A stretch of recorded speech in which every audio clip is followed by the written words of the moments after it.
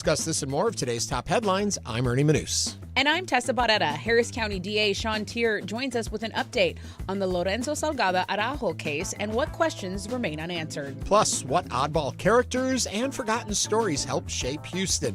In celebration of the city's 190th birthday, the hosts of Bottom of the Barrel join us. And as always, we want to hear from you. Give us a call or text us, 713-440-8870. You can email us at talk@hellohouston.org. And you can also watch us live on YouTube. Go to houstonpublicmedia.org. All that and more right here on Hello Houston after the news from NPR and News 88.7. Hello Houston is made possible in part by founding sponsors John Bradshaw and Kathy Sanders and by gifts from listeners like you.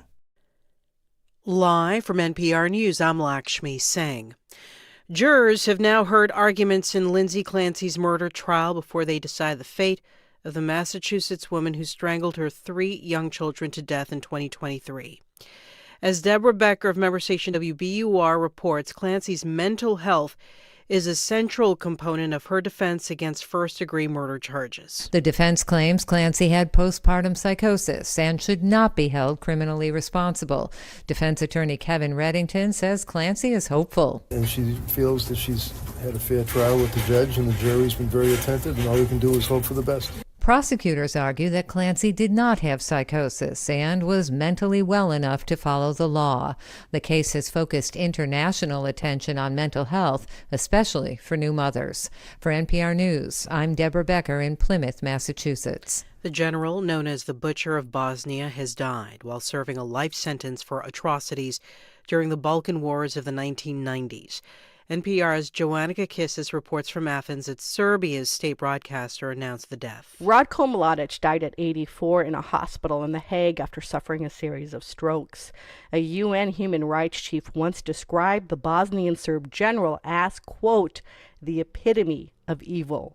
An international court held Mladic responsible for the single largest atrocity in Europe since World War II, the July 1995 massacre of 8,000 Bosnian Muslim men and boys in the Bosnian city of Srebrenica. The Balkan Wars of the 1990s were sparked by Serbia's president at the time, Slobodan Milosevic, who tried to create a greater Serbia out of the dissolution of the multi-ethnic state of Yugoslavia. Joanna Kakissis, NPR News, Athens. Nepal is in the midst of a massive operation to find hundreds of people, many tourists, still unaccounted for since a deadly deluge swept through villages in the northern part of the Himalayan nation. The missing include dozens of Americans, and NPR's Dia Hadid has the latest. They're in their first stages. I spoke to Riaz Lodi, who heads the World Food Program there, and he says workers at this point are just trying to dig people out of the mud. But roads have been washed away, so the government's deploying helicopters. This is all happening in the mountainous region where road access is always challenging, but under these circumstances, it's impossible. Lodi says they estimate about 10,000 households have been badly affected by this disaster, but he says that number will go up. That's NPR's Dia Hadid reporting. Yesterday, the State Department said that the embassy was working closely with local authorities and tour agencies to help U.S. citizens affected by the severe floods. You're listening to NPR News. Live from News 88.7 in Houston, I'm Tom Perumian. Fort Bend County commissioners are considering taking power away from the elected county attorney. News 88.7's Melissa Enaje says if approved, the measure would transfer resources and funding from the county attorney's office to a department controlled by the commissioner's court. The proposal comes as Fort Bend County Attorney Bridget Smith Lawson, a Democrat, and Interim County Judge Daniel Wong, a Republican, remain locked in an ongoing legal dispute over Wong's authority to remain in office. Smith Lawson calls the proposal political retaliation that would remove more than half of her staff. Republican Commissioner Andy Myers placed the measure on Thursday's agenda. He says he's had concerns with the county attorney's legal judgment for years. The court leans Republican with a 3-2 split. From the Fort Bend County Bureau, I'm Melissa Enaje, News 88.7. The second witness of 3 to the fatal shooting of Lorenzo Salgado Araujo at the hands of federal agents has been released from ICE detention. According to his legal team, Daniel Tirado Pantoja, is out of custody. He was detained shortly after the shooting on July 7th alongside with 2 other witnesses. Late last month, another witness, Jose Trinidad Rojas Pelego, was released under similar orders from another federal judge. The third witness, Salgado Araujo's brother Victor, remains in detention. U.S. attorneys have said they will appeal Pelego's release to the Fifth Circuit Court. Taking a check of your weather, we've got a 50% chance of showers and thunderstorms this afternoon. Otherwise, it's going to be partly sunny with a high near 97 and a heat index of 107. Ouch. Tonight, also a 50% chance for showers and thunderstorms, mainly before 10 o'clock, and then remaining cloudy overnight with a low of 80 degrees. Right now, we've got 86 degrees and overcast on the UH campus. I'm Tom Perumian. News 88.7. Support for NPR comes from NPR stations. Other contributors include Made in Cookware. Made in Cookware is crafted by chefs for use in restaurants and home kitchens around the world. Their cookware can be found at madeincookware.com. This is NPR.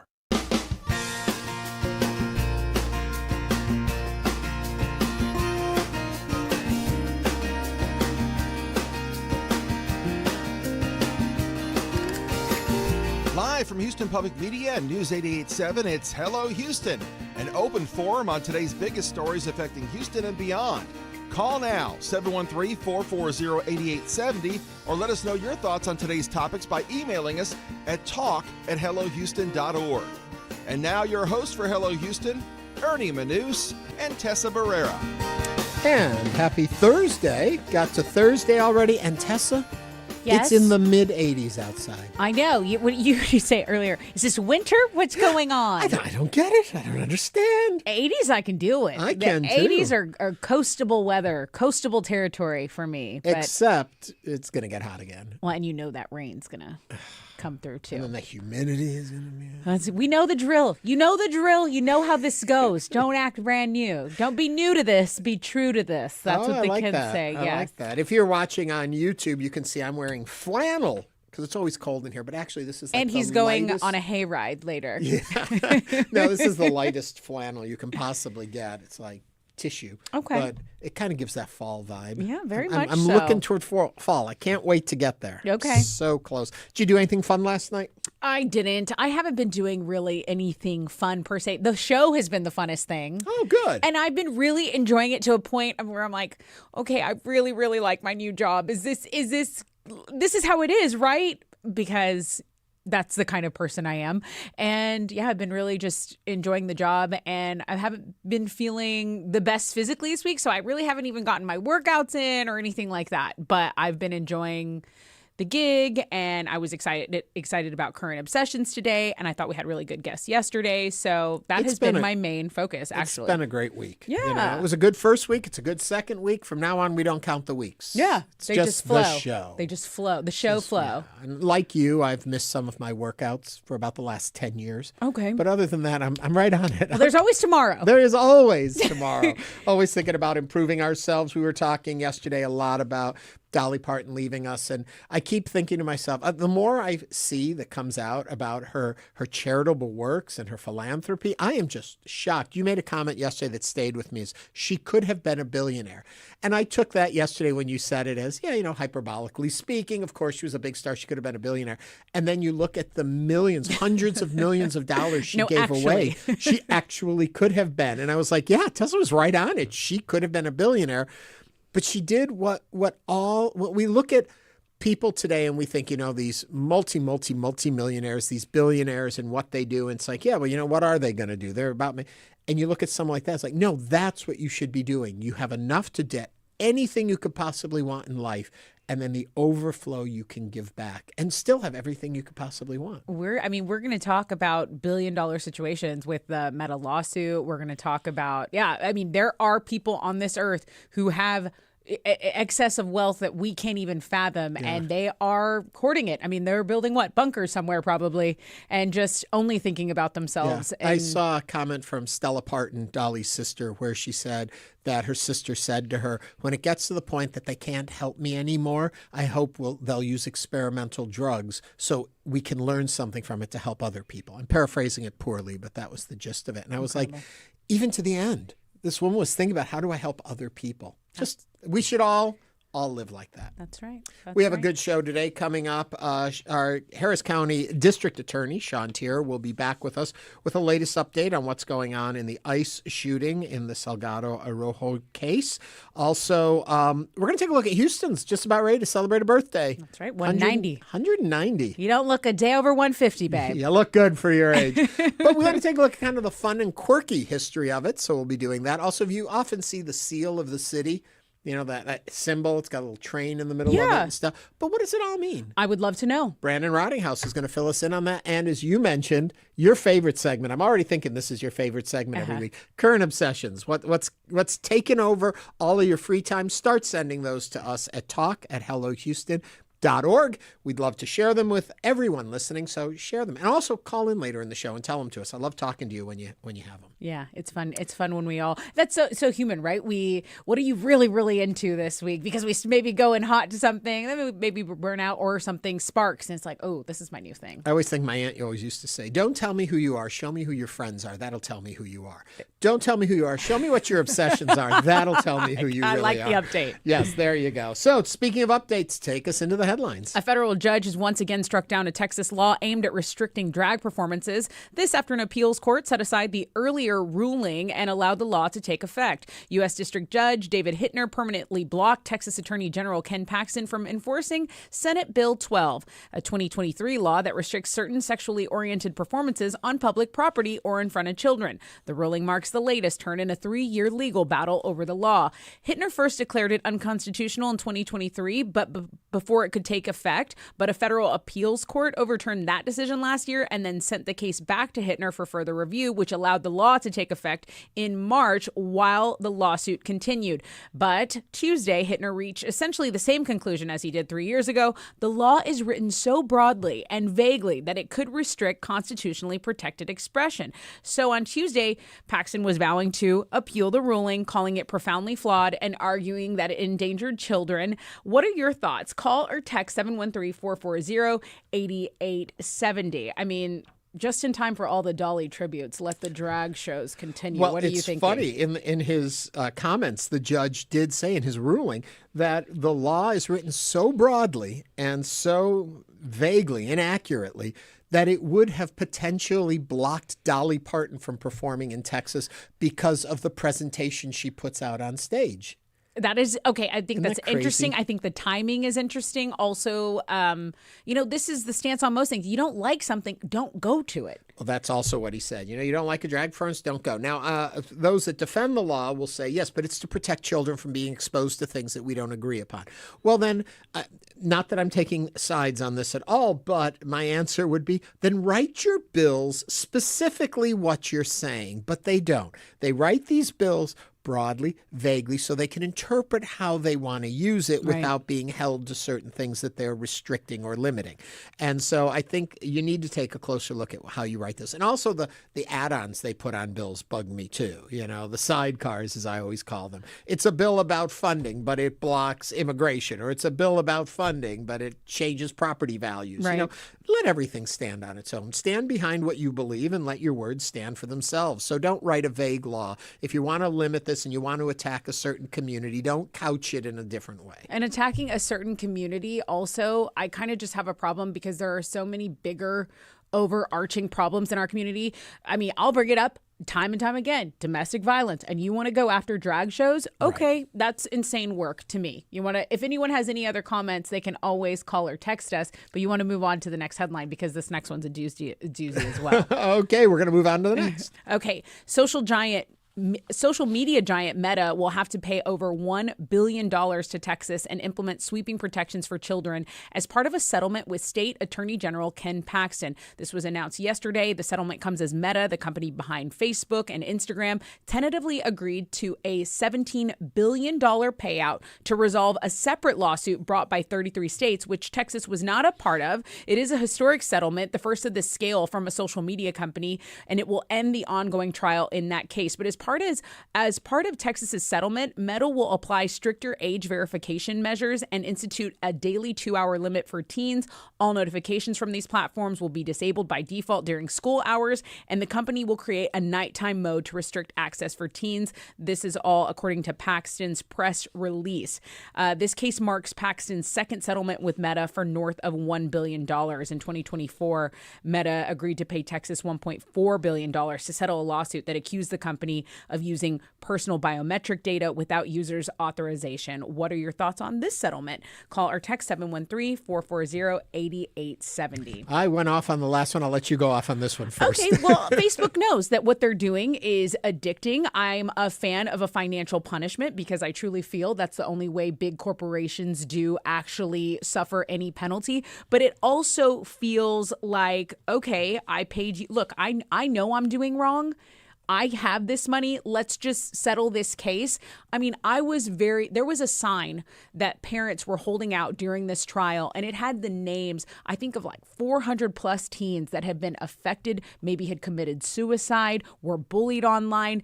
I mean, it's like they know they are doing wrong, and it's like, okay, well, here, we paid our fine, and now we're going to continue business as usual. This is a company that became profitable in record time, and it has swerved so much accountability for the majority of its existence. So I'm glad they have to pay this, but they have the money to pay this and keep continuing on. These are, I'm glad. Billions, but maybe not enough. I don't know. What do you think? I am trying to get a calculation here, and let's see. Okay. So $17 billion is only a tiny bit over 1% of the value of Meta, which is valued at practically $1.5 trillion. So it's a slap on the wrist. It's barely, it's a snap with a rubber band. Yeah. That's where I have trouble with it. I also am curious to see how this settlement, which, as you stated, Texas was not part of this lawsuit, but got $1 billion in the settlement of it, how that's going to be spun into something in this political season that look at what we did for you in the state of Texas. I'm just curious to see how that's going to play out. Yeah, I definitely think there are side dealings going on. Obviously, there's like an elbow nudge here in Texas because they have different payouts going on. But I need more accountability for people like Mark Zuckerberg because it feels like he knows what the cost of doing business is and he's going to pay it, and then he can just buy his way out and continue to earn record profits. It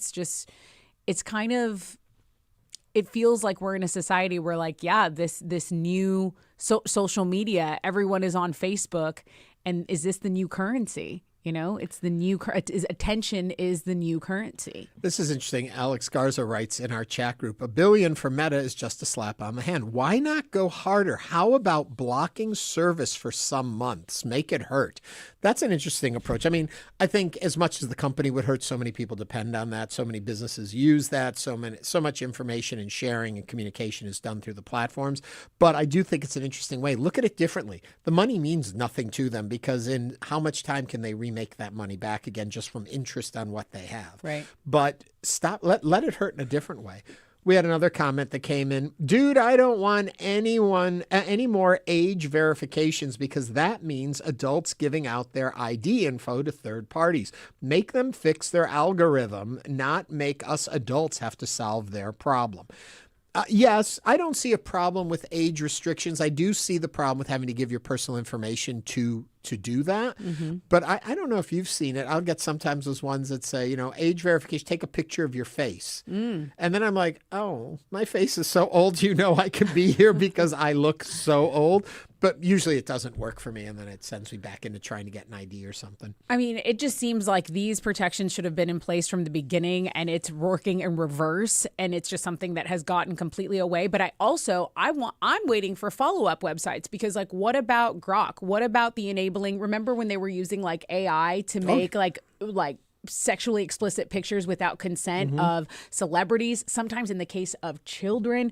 I mean, I hope this is the first of many lawsuits against technologies and social media companies that have really been getting away with heinous things and targeting children because they don't have a life before the internet, and they think this is just the way it is. They're naturally addicting. They're naturally brain rotting. So bad. See, my problem falls into the understanding of what they're doing, and that there is a philosophy, a plan behind it. It's not just by chance that these are addictive to children. They're building platforms that they know will pull you in. So therefore, there is guilt in here. It's not, because I know initially they would say things, we're putting this stuff out so fast, and then we're figuring it and balancing it and making it work.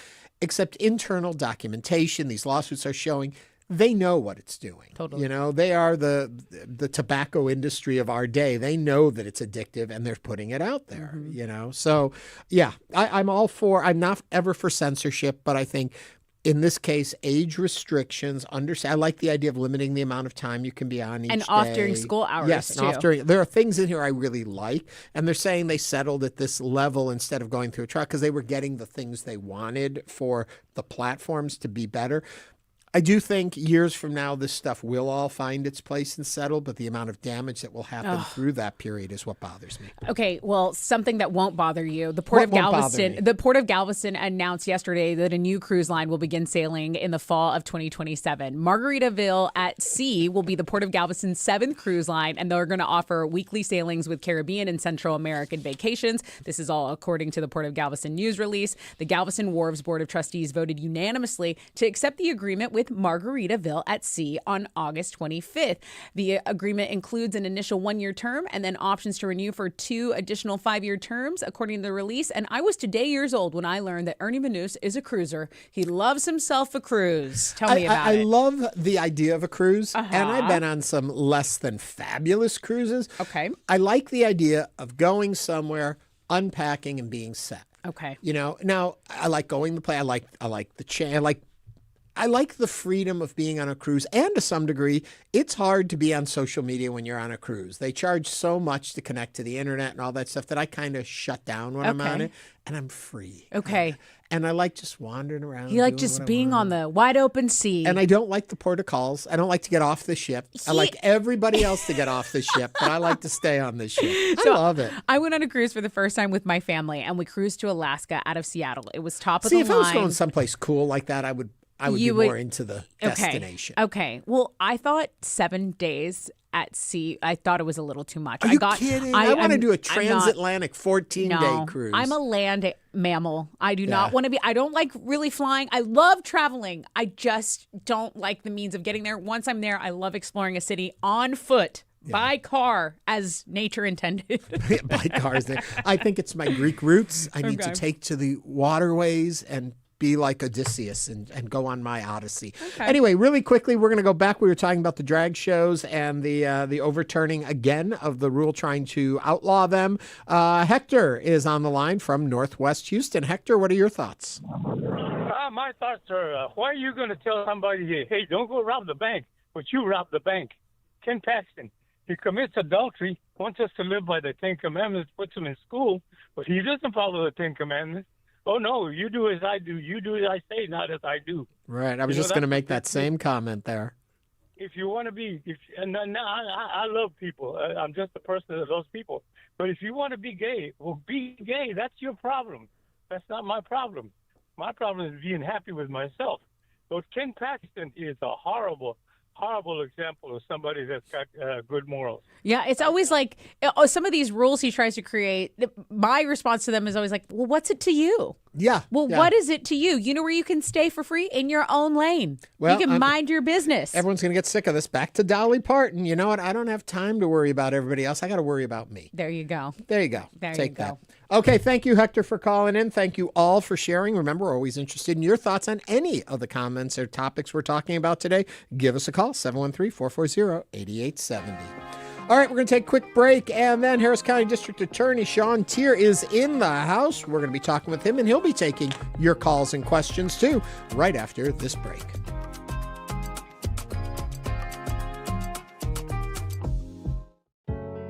Houston Public Media gives us content that we don't get from commercial resources. Houston Public Media is my pathway to being a well-informed citizen of the Houston community.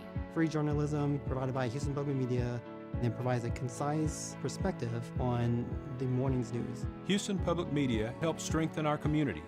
That's why Houston Public Media is for listeners and viewers like me.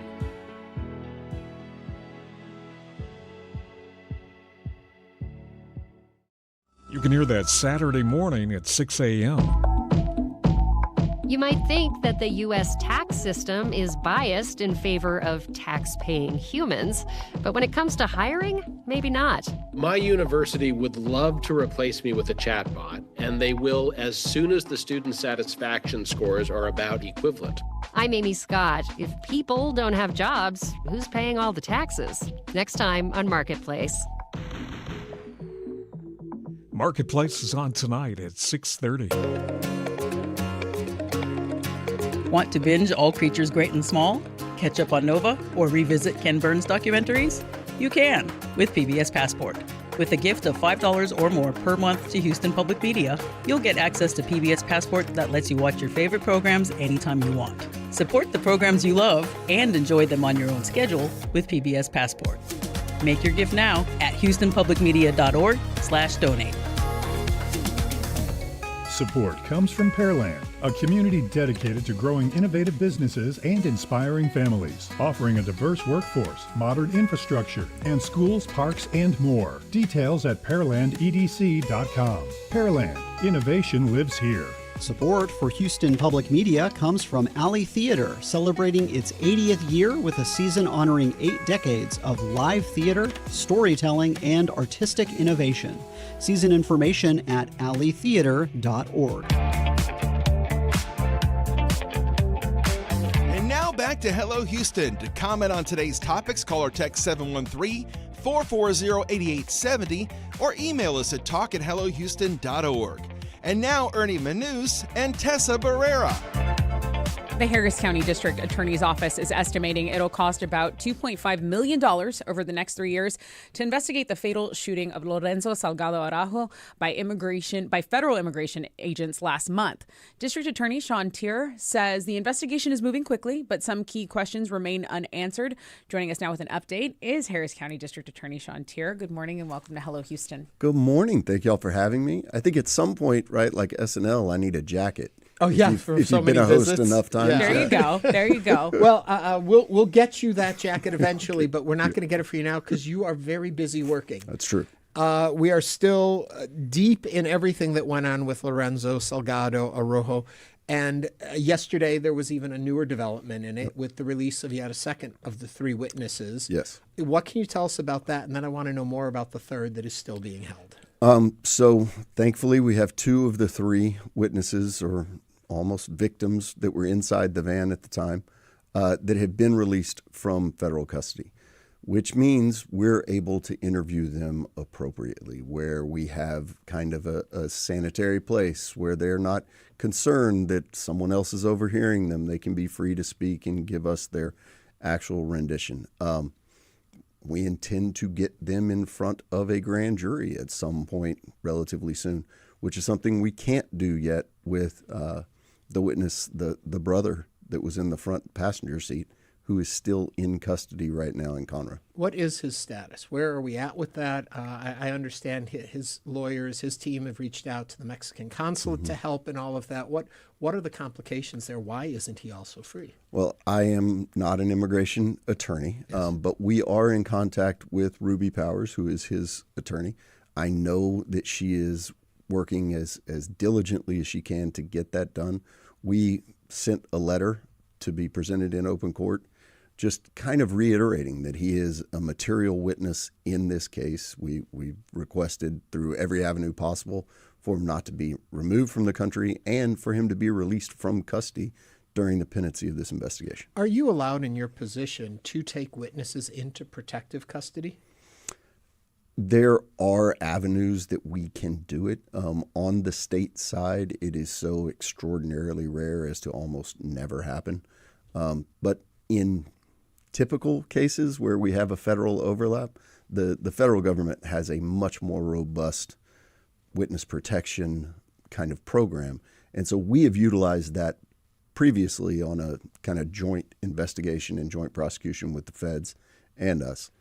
In this case, that I don't see that being an option. Yeah. There was a quote said by the U.S. Attorney for the Southern District of Texas, Aaron Ritz, and he said, "We'll follow the law wherever it may lead, but I back the blue." And on the surface, sounds like a fine statement. It's somewhat concerning to me the way it is worded in, "We'll follow the law, but we're going to go this way." When no you matter hear what. something like that, how do you react to it? It's not the way that I would have made the statement. It's not the way I have made this statement in this case. And in the case of every officer-involved shooting that we investigate, there shouldn't be a caveat. Your job is to follow the law. Your job is to seek justice in every case, be it a state prosecutor as myself or a federal prosecutor. There shouldn't be caveats. Of course, we work with law enforcement every day on the federal and the state side. Some of my best friends are Houston police officers and sheriff's deputies for Harris County, and FBI personnel. That doesn't mean that we don't hold them accountable when wrongdoing occurs. Because that's not what friends do for each other. If you're a good friend or a good working partner relationship, you are supposed to hold each other to this standard for the community. Were you surprised at all that Chief of Police Noe Diaz was a no-show at the city council meeting when they were talking about, having maybe some accountability when it comes to the relationship between the Blue and ICE agents? So I haven't had an opportunity to even pick my head up and communicate with the chief about that. I don't know the circumstances around him not being available. I know that he is out in the community every single time I am. We've had town halls together. We've just run into each other in different settings. So that's something that he can answer that. I'll bring you back. I'll bring you back because you are here to talk about the Salgado Araujo case. What are you doing to, create an environment where these witnesses can even do what they're required to do in order to prove your case? And can you also speak to the identifying of the shooter and the process and how far along that process is going? So the identifying the shooter is not something we're concerned about anymore. We've passed that. We've overcome that hurdle, and so just in making witnesses in this case and in witnesses writ large right now in Harris County feel safe. The only way that I know to do it is continue to come on to shows like this and continue to broadcast the fact that the Harris County DA's office will never ask your status. It is not something that we are concerned about. And in fact, we created and have done significant media on this, a card which identifies material witnesses and victims of crimes as being such to us. And we identify them through that card. We give a investigator's business card that's put in there, and they can present that to law enforcement when they come into contact with them, which is another way to identify them and doesn't require that officer to run them through the National Criminal Information Center, which is the biggest hurdle right now for our local law enforcement to participate with ICE in civil removal proceedings, right? Because they're not able to determine in a lot of cases whether it is a civil or a criminal warrant through ICE. And by requirement, both locally and nationally, and the agreement with NCIC and TCIC, officers are required to notify the agency if there is a warrant in NCIC. I want to go back to something that Tessa just said. In her question, she said, prove your case. And what rung to me was, are you at a point yet where you even have the full picture of what happened? Or are you still investigating, and have you had available to you what you need to fully understand what happened in the moments? So you're always investigating. I just finished a murder trial that was 8 years old, and we were investigating up to and including trial. So you're never done investigating. I think we are at a tipping point now where physically, when you're talking about the evidence that occurred and was created that day, we're at a point where we've gotten just about everything we're going to get. There are back pieces of evidence that we still need from the federal government that we've requested and are effectively waiting on. But we're now much more moving into the evaluation phase and really determining what, if any, charges are going to be presented to the grand jury and asking for an indictment. You said everything we're going to get, which implies to me there are things they're not going to give you, but you're moving ahead with what you have. What, if you can say, what do you feel is outstanding still that would help you have a much clearer picture of what happened, or at least have the evidence to back what the assumption has been of what happened? Well, when we talked about, I talked about it in the congressional hearing. I don't even know if it was 2 weeks or a month ago at this point. Time means nothing anymore. That's right.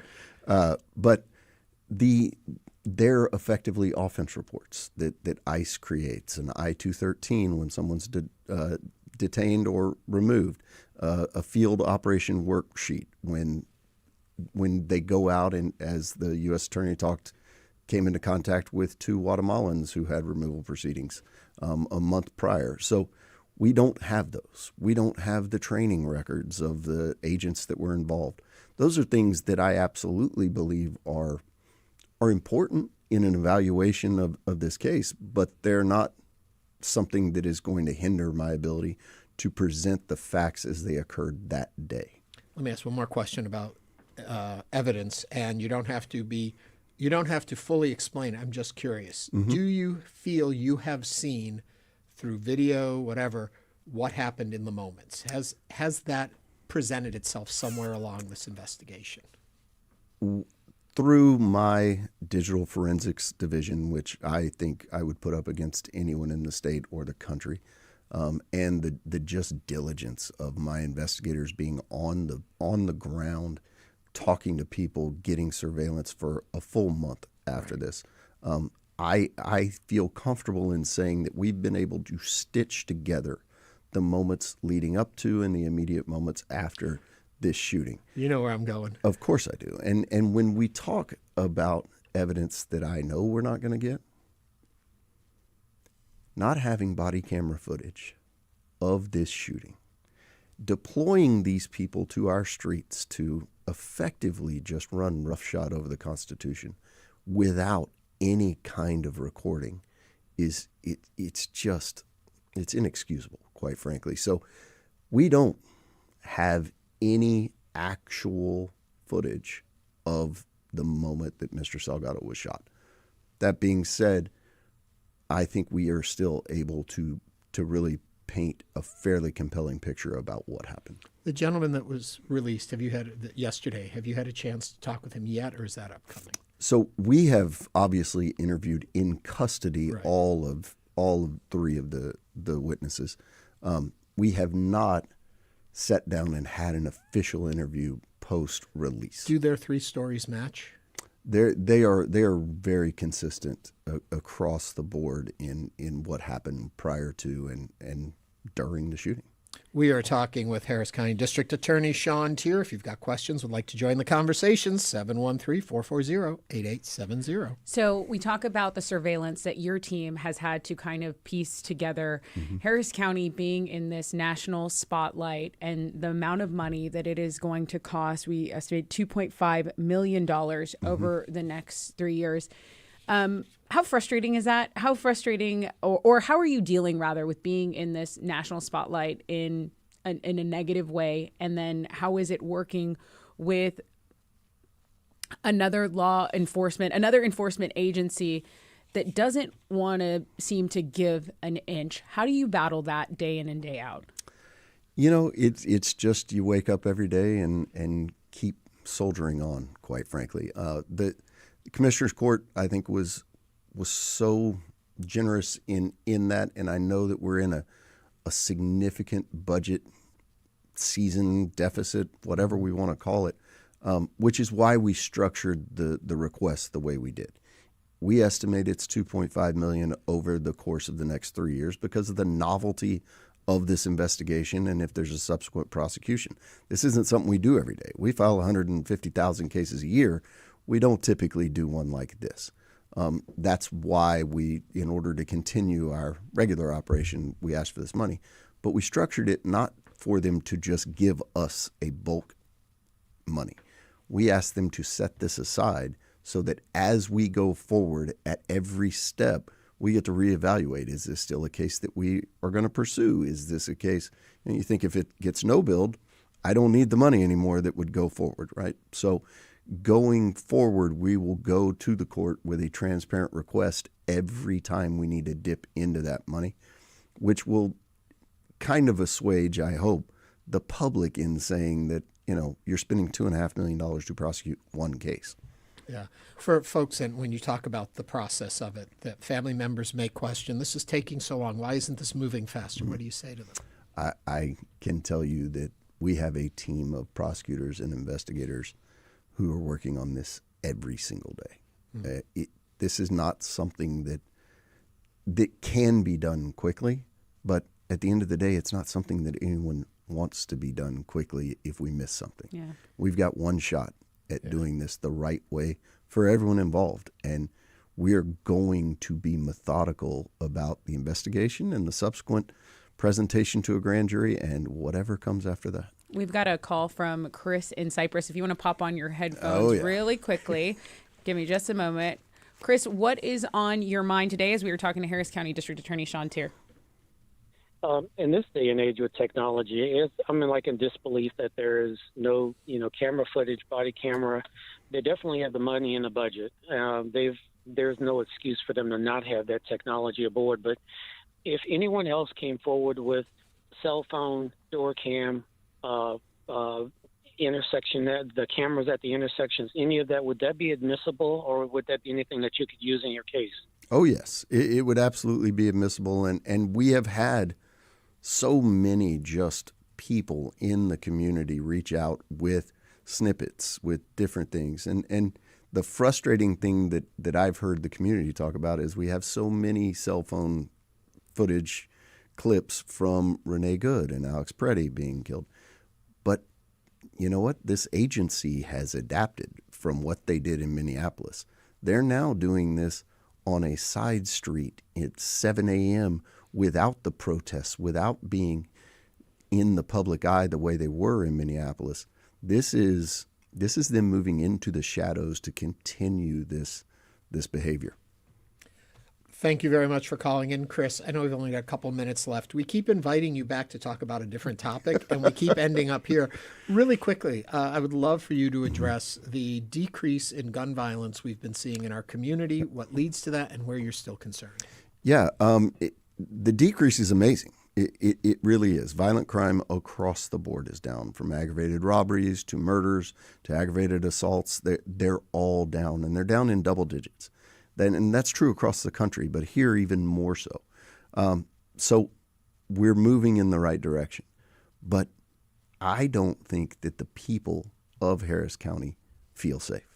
I don't think that they feel safe when they're going to the store. I don't think that this marked decline is translating to the streets. And we've got to be better about that. And I think we've got to be better about that in really addressing what's causing it. Right? And gun violence is the number one cause of the fear that people are feeling. Mm-hmm. And there's so many different things. We've got to have a legislative fix. We've got to actually embrace common sense gun reform. We've got to have red flag laws. We've already worked with domestic violence people, or people that are charged with domestic violence, in a gun surrender program where they will hold the guns while you're dealing with this. we sent a letter to the three largest 3D printers in the country, telling them that, you know what, people are printing ghost guns, they're printing Glock switches on your apparatuses that are killing people. We had 3 HPD officers shot by a Glock that had been made fully automatic through a 3D printing issue. That just cannot continue. Mm-hmm. Can you stop it with just a letter? What do you need to do? Does it have to be legislation? It's got to be legislation. Yeah. And we've set down. I think we have some real bipartisan buy-in on this in changing the laws of the possession. Right? I mean, no one needs to have 20 of these sitting around their house. They're turning around and selling them, and so we've got to treat them like that. We've got to go after these people that are utilizing this the wrong way. And quite frankly, you've got to go after, it's a pretty simple fix on these 3D printers to just put in the fix to not let these things be printed by them. Yeah. Before we let you go, just back to the Salgado case for 1 second as you prepare to say goodbye to us today. What should folks be watching for to happen next? The next probable step that will be public facing will be a fight in federal court about whether grand jury subpoenas and other requests from a state government agency such as us have to be honored by the federal government. So that should be coming relatively soon. Harris County District Attorney Sean Teare, thank you as always for joining us and being so open with us.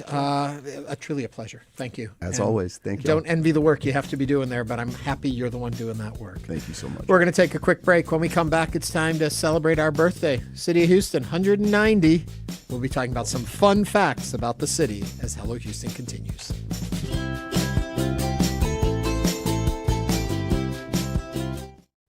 With federal support gone, Houston Public Media needs a stronger foundation for the future. The Houston Public Media Resiliency Fund is our response to ensure this service remains strong, stable, and community-powered. Your gift today helps us stay on the air tomorrow and the day after that.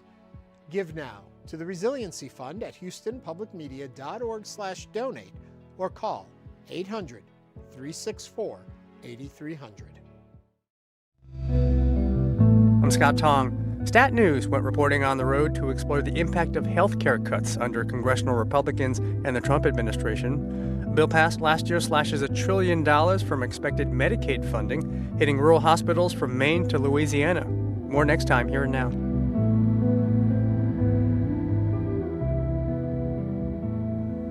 Here and Now. It's coming up today at 1 p.m.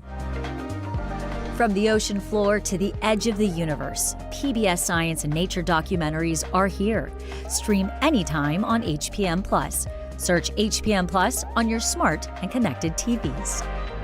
Support comes from Incogni, working on behalf of users to request and submit personal information removal from databases sold by data brokers. Users can monitor the status of the request online. More at incogni.com. Support comes from Whole Earth Provision Company, presenting Bring the Outdoors In at the Alabama Shepherd Shopping Center in Houston. Animals, drinks, plants, and fun for all ages. Saturday, August 29th, 11 a.m. to 2 p.m. Support comes from Baker Ripley, serving Greater Houston for more than 100 years, with programs supporting families, education, financial stability, and workforce. Find program details, volunteer information, and more at bakerripley.org. And now back to Hello Houston. To comment on today's topics, call or text 713-440-8870 or email us at talk@hellohouston.org. And now Ernie Manous and Tessa Barrera. With Houston turning 190 years old on Sunday, the celebrations around this milestone include birthday events, historical programs, there's tours, and public festivities that will honor the city's origins and evolution. From a different perspective on the occasion, Bottom of the Barrel, a Houston-based comedy podcast, is launching its third season with an episode dedicated to the history of Houston. Joining us now are the podcast hosts. We have Jay Hickman, we have John Swayze, and Kyle Jones. Gentlemen, welcome to Hello Houston. Thank you so much. Yeah. Hello, Houston. Houston. Hello, it's so good to have you guys here. I'm happy you dressed for the occasion. You all seem slightly differently dressed. Yeah, different parties. Excuse me, Ernie, I'm sorry, Tessa, if I may. Guys, I really thought we agreed on a historical garb for the occasion. Yeah, that's right. Yeah. That's sweet. I am wearing the historical back-to-back championship souvenir shirt for the Houston Rockets 94-95. Yeah. Lance is wearing historical Astros jersey commemorating the historical element of space at Houston. And you are a trail rider, I guess? I'm dressed as a cowboy. Yeah, I 1842. I dusted off... And you're I upset rode about a horse to this thing, guys. What are you talking you about? You look magnificent. I think everyone agrees. All right. Yeah, there's no issue here. Goodness, this all is right, radio. but the problem being right there, thinking of this place as a horse town. Where did that come from, and how did we get out of just being another southern city?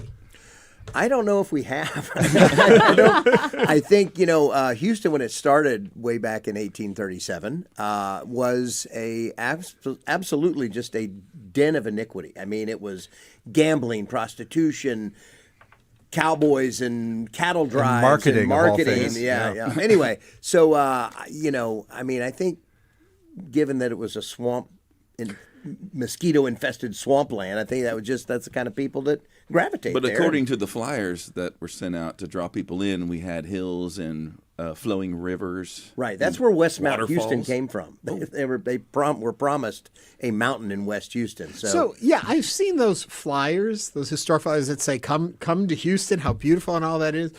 That was intentionally done to hoodwink people into coming here, right? Yeah, How does 100%. that happen? Today I could see it happening. So Back then I thought people were more honest about things. I must preface by saying we are not historians. Really? I want to be yeah. very clear about that. We are, however, proud Houstonians and avid storytellers, and there's a rich story here. But the Houston was founded by the Allen brothers. I think most people know that part.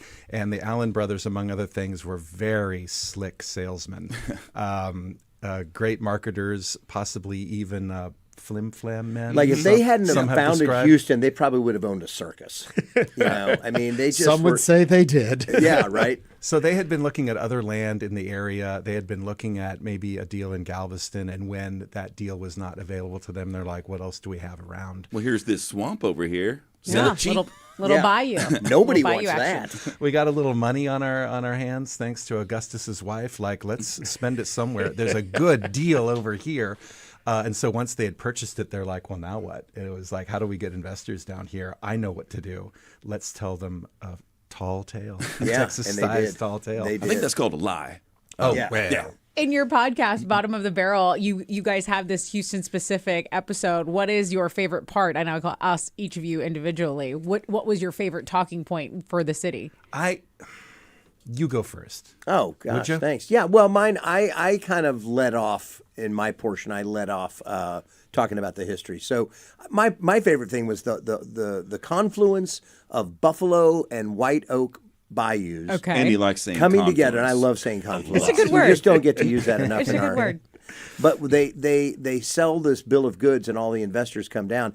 And as luck would have it, Houston gets a torrential rainstorm, just a monsoon that comes in, floods the bayou. So it's created this like rapid-filled, raging river. That's Whitewater. Yeah, Yeah, it's like, and looks it's glorious. like we talked about this in Houston also because of the tragedy in 1900. Of course, we all know the Galveston storm. It's like Houston has done exceedingly well on the just roll of the dice. Just this A little luck. pure luck, Uh-huh. and in some cases the downfall of others. Okay. And I'm going to get to the other two of you with that answer, but I just want to stay here for 1 second and ask, okay, this was a swamp, this flooded, why did people stay once they came? Didn't they be like, wait, this wasn't what we signed They on took to? all their money. So they had nowhere else to go. They were stuck here, so nowhere let's else to go. build a city. But I mean, I will say this. Houston at that time was a brand new country.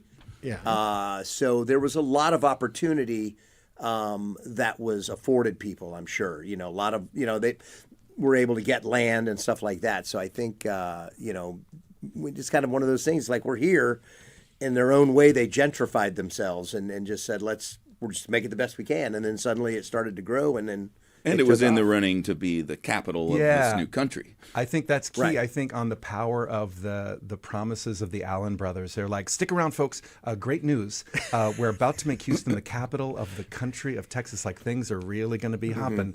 It'll be worth your while. And you, Sammy, we'll even name it after you. You don't have to live here at all, but you can, have your bronze statue in the middle of the museum district. Yeah, that'll do it for. Okay, one of you answered. Who's going next on favorite story?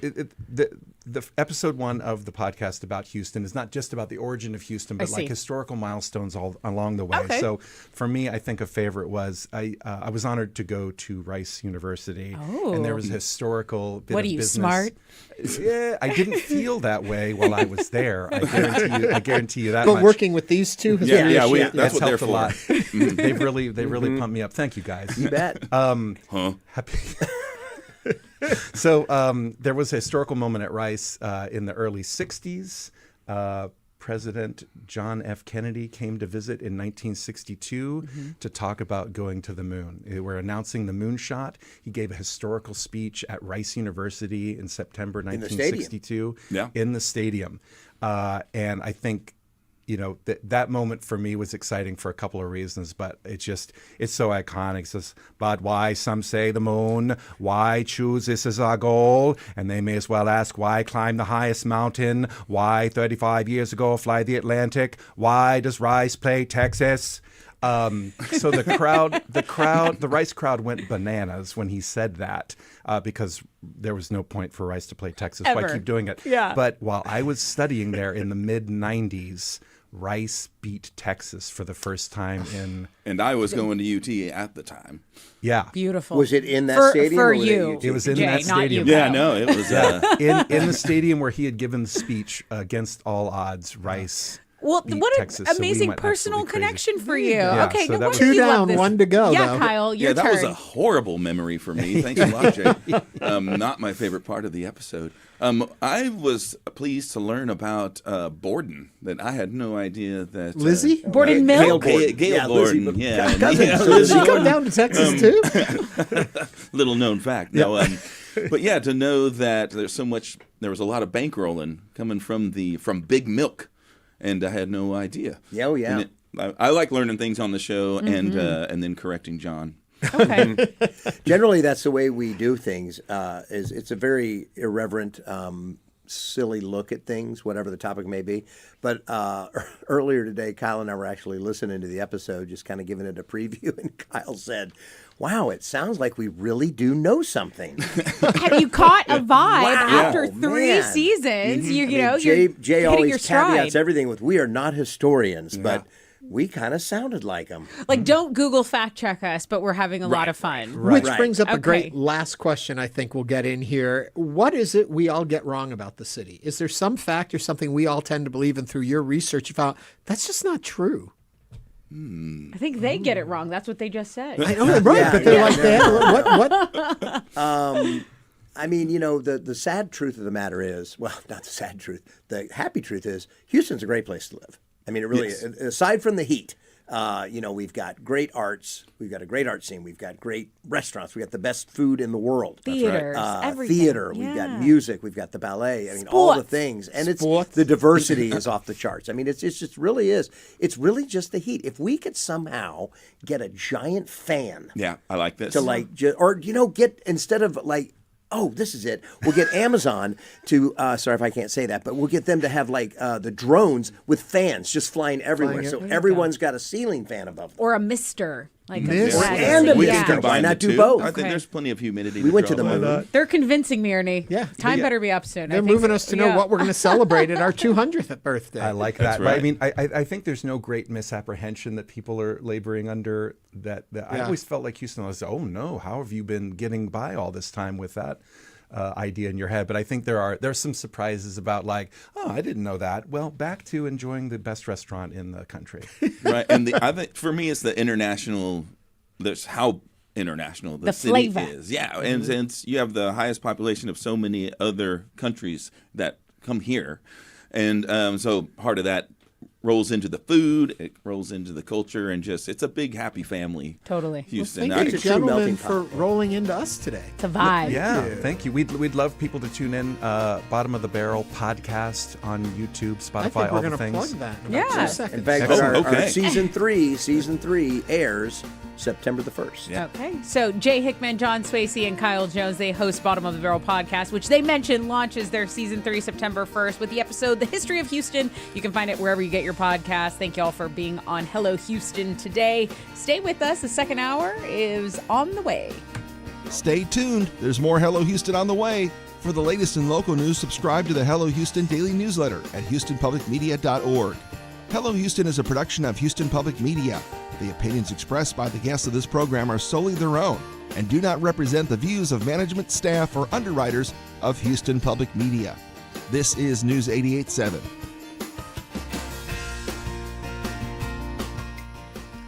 Support comes from Theater Under the Stars, bringing you 76 trombones and a classic Broadway musical, Meredith Willson's The Music Man, live on stage at the Hobby Center September 15th through the 27th. Tickets are available at tuts.org. We have an afternoon chance of thunderstorms, about a 30% chance, 50% chance this evening. Right now, mostly cloudy and 89. This is your NPR station, KUHF, Houston. News 88.7, a service of the University of Houston. Just ahead on this hour of Hello Houston, a federal judge refused to order Texas to extradite an ICE officer charged with shooting a man and lying about it during the immigration crackdown in Minneapolis. We'll discuss this and explore the top headlines of the day. I'm Tessa Barrera. And I'm Ernie Manous. What does the familiar City of Houston seal really say about our city's identity? In a new episode of Texperts, UH political expert Brandon Rottinghaus helps us unpack it all. Plus, it's Thursday. That can only mean one thing. It's time to share our current obsessions. We want to hear from you. Start emailing them to us at talk@hellohouston.org. Or call or text them to us, 713-440-8870. Don't forget, you can also watch us live on YouTube by simply going to houstonpublicmedia.org. Hello Houston continues right after the news from NPR and News 88.7. Hello Houston is made possible in part by founding sponsors John Bradshaw and Kathy Sanders, and by gifts from listeners like you. Live from NPR News, I'm Lakshmi Singh. President Trump travels today to Texas, where the GOP is holding a massive fundraiser to help boost their chances in the midterm elections, including a closely watched U.S. Senate race in Texas. More from NPR's Tamara Keith. A GOP source tells NPR that Ken Paxton will attend the RNC fundraiser. Paxton is the scandal-plagued Republican candidate for U.S. Senate that President Trump endorsed in a bitter primary earlier this year. As of the last campaign finance reporting deadline, Paxton had less than $2 million cash on hand. Compare that with the Democratic nominee, James Tallarico, who had a war chest of more than $20 million. That said, Republican campaign committees and allied super PACs, including the president's MAGA Inc., have hundreds of millions of dollars at their disposal to try to boost Republican candidates this fall. Tamara Keith, NPR News. Russia is playing down the significance of CIA Director John Ratcliffe's one-day visit to Moscow earlier this week. We have an update from NPR's Charles Maines. The head of Russia's Foreign Intelligence Service, Sergei Narishkin, confirmed he had a working-level meeting with Ratcliffe, but insisted there was nothing unusual about the talks themselves. In doing so, Narishkin appeared to echo President Trump's claim that Ratcliffe's visit to Russia was, quote, semi-routine. The trip has prompted a storm of media speculation. On Thursday, the Kremlin directly denied multiple reports. The CIA director had warned Russia against attacking NATO member states in the Baltic region. In his daily call with reporters, spokesman Dmitry Peskov said that story had no basis in reality, but was aimed at justifying NATO's further militarization along Russia's borders. Charles Maines, NPR News, Moscow. Convicted war criminal Ratko Mladic is dead. He was 84. He died while serving a life sentence for his crimes during the Balkan Wars of the 1990s. In 2017, then NPR correspondent Sylvia Poggioli spoke to Morning Edition about the atrocities linked to the former Bosnian Serb general known as the Butcher of Bosnia. I've got a chilling memory of seeing him in action in 1993. The Bosnian Serbs were about to sign a peace plan drawn up by U.S. and British diplomats. The meeting was at their stronghold near Sarajevo. Serbian leader Slobodan Milosevic was there too, pressing for approval so he could get international sanctions on Serbia lifted. The atmosphere was very tense. Reporters were surrounded by Serb militiamen carrying Kalashnikovs. They were menacing, shoving us around, trying to prevent us from listening to what was happening in the room next to us. Suddenly, in the middle of the night, Mladic stormed into the assembly room and rolled out giant maps of Bosnia covered with small crosses. And in a fiery speech, the strutting general said, "Wherever a Serb is buried, that is Serbian land." Former NPR correspondent Silvia Poggioli. This is NPR News. Live from News 88.7 in Houston, I'm Tom Perumian.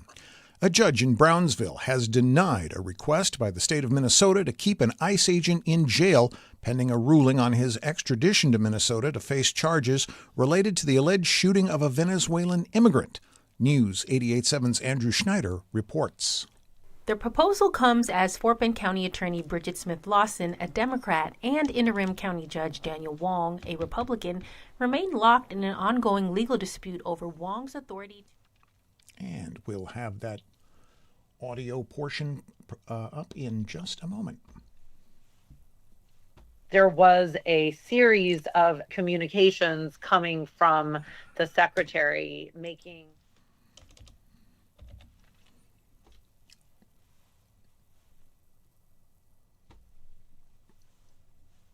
Thursday marked the maximum amount of time ICE agent Christian Castro could be held in jail while waiting for Governor Greg Abbott to decide whether to sign Minnesota's extradition warrant. Here's Hennepin County Attorney Mary Moriarty. I am told that Governor Abbott claims to be tough on crime. How exactly is he tough on crime by manipulating an extradition process that is supposed to be administrative? Attorneys from Minnesota had sought to extend Castro's detention, calling him a flight risk. A spokesperson for Abbott said the judge's refusal rebuffed Minnesota's efforts to conscript federal courts into commandeering the authority of Governor Abbott's office. I'm Andrew Schneider, News 88.7. Taking a look at your weather, we've got a 30% chance of showers and thunderstorms this afternoon. Otherwise, it'll be partly sunny with a high near 97, a heat index of 109 degrees. Watch out. Tonight, a chance for early evening showers, an overnight low of 80 degrees. Tomorrow, a 30% chance of showers again with southeast winds, and it could produce some heavy rainfall, so do watch out for that. Temperatures are going to be in the 90s with heat index values approaching 100 degrees. I'm Tom Perumian, News 88.7. Support for NPR comes from NPR stations. Other contributors include Schwab, where investors have a range of choices to pursue investing goals, from self-directed investing to full-service wealth management, all in one place. More at schwab.com. This is NPR.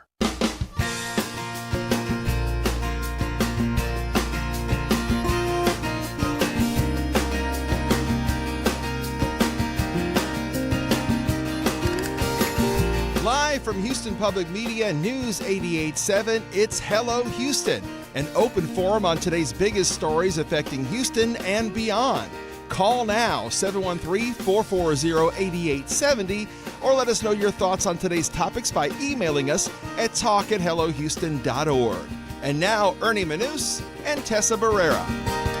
And you're what do I want to say? We're welcome to have you back. We're happy to have you back. Yes, Welcome. all of those things. Welcome. Glad you're here. Yeah, that's Second hour just started. Thanks for sticking with us, even though sometimes our words can be hard. Yeah, You know that. was my smooth intro to the second hour of the show. It was very smooth. We had a great first hour. Sean Teare, always our district attorney, always really good and open and willing to share what's going on, help us get a better understanding of a case that's so important to so many people, and trying to figure out what's happening in our own community. So we thank him for coming in. But on the bottom of the barrel, guys, giving us our little somewhat history lesson. They were funny. It reminds me of being in a room with my brothers or cousins, and everyone's just kind of correcting or overstating. That I think I might have to listen to it. Do you have any plans to celebrate this weekend? 190 going anywhere? Yeah, I mean, I would drink some wine, and I'll cheers to the city of Houston. I'm gonna have a beverage. I'm gonna have an adult beverage, and I'll make sure at least one of my toasts is to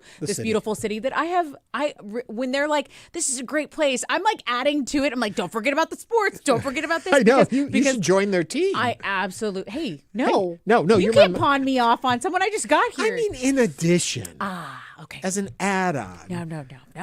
No. I just love this city. It has. I have my allegiance. I have sworn my allegiance to the city of Houston. Yes, and we're lucky that you have. Oh, I that's act nice. like it's mine too, but I've been here 30 years. I guess I can claim it. 30 years. You should. You should, Mr. New York.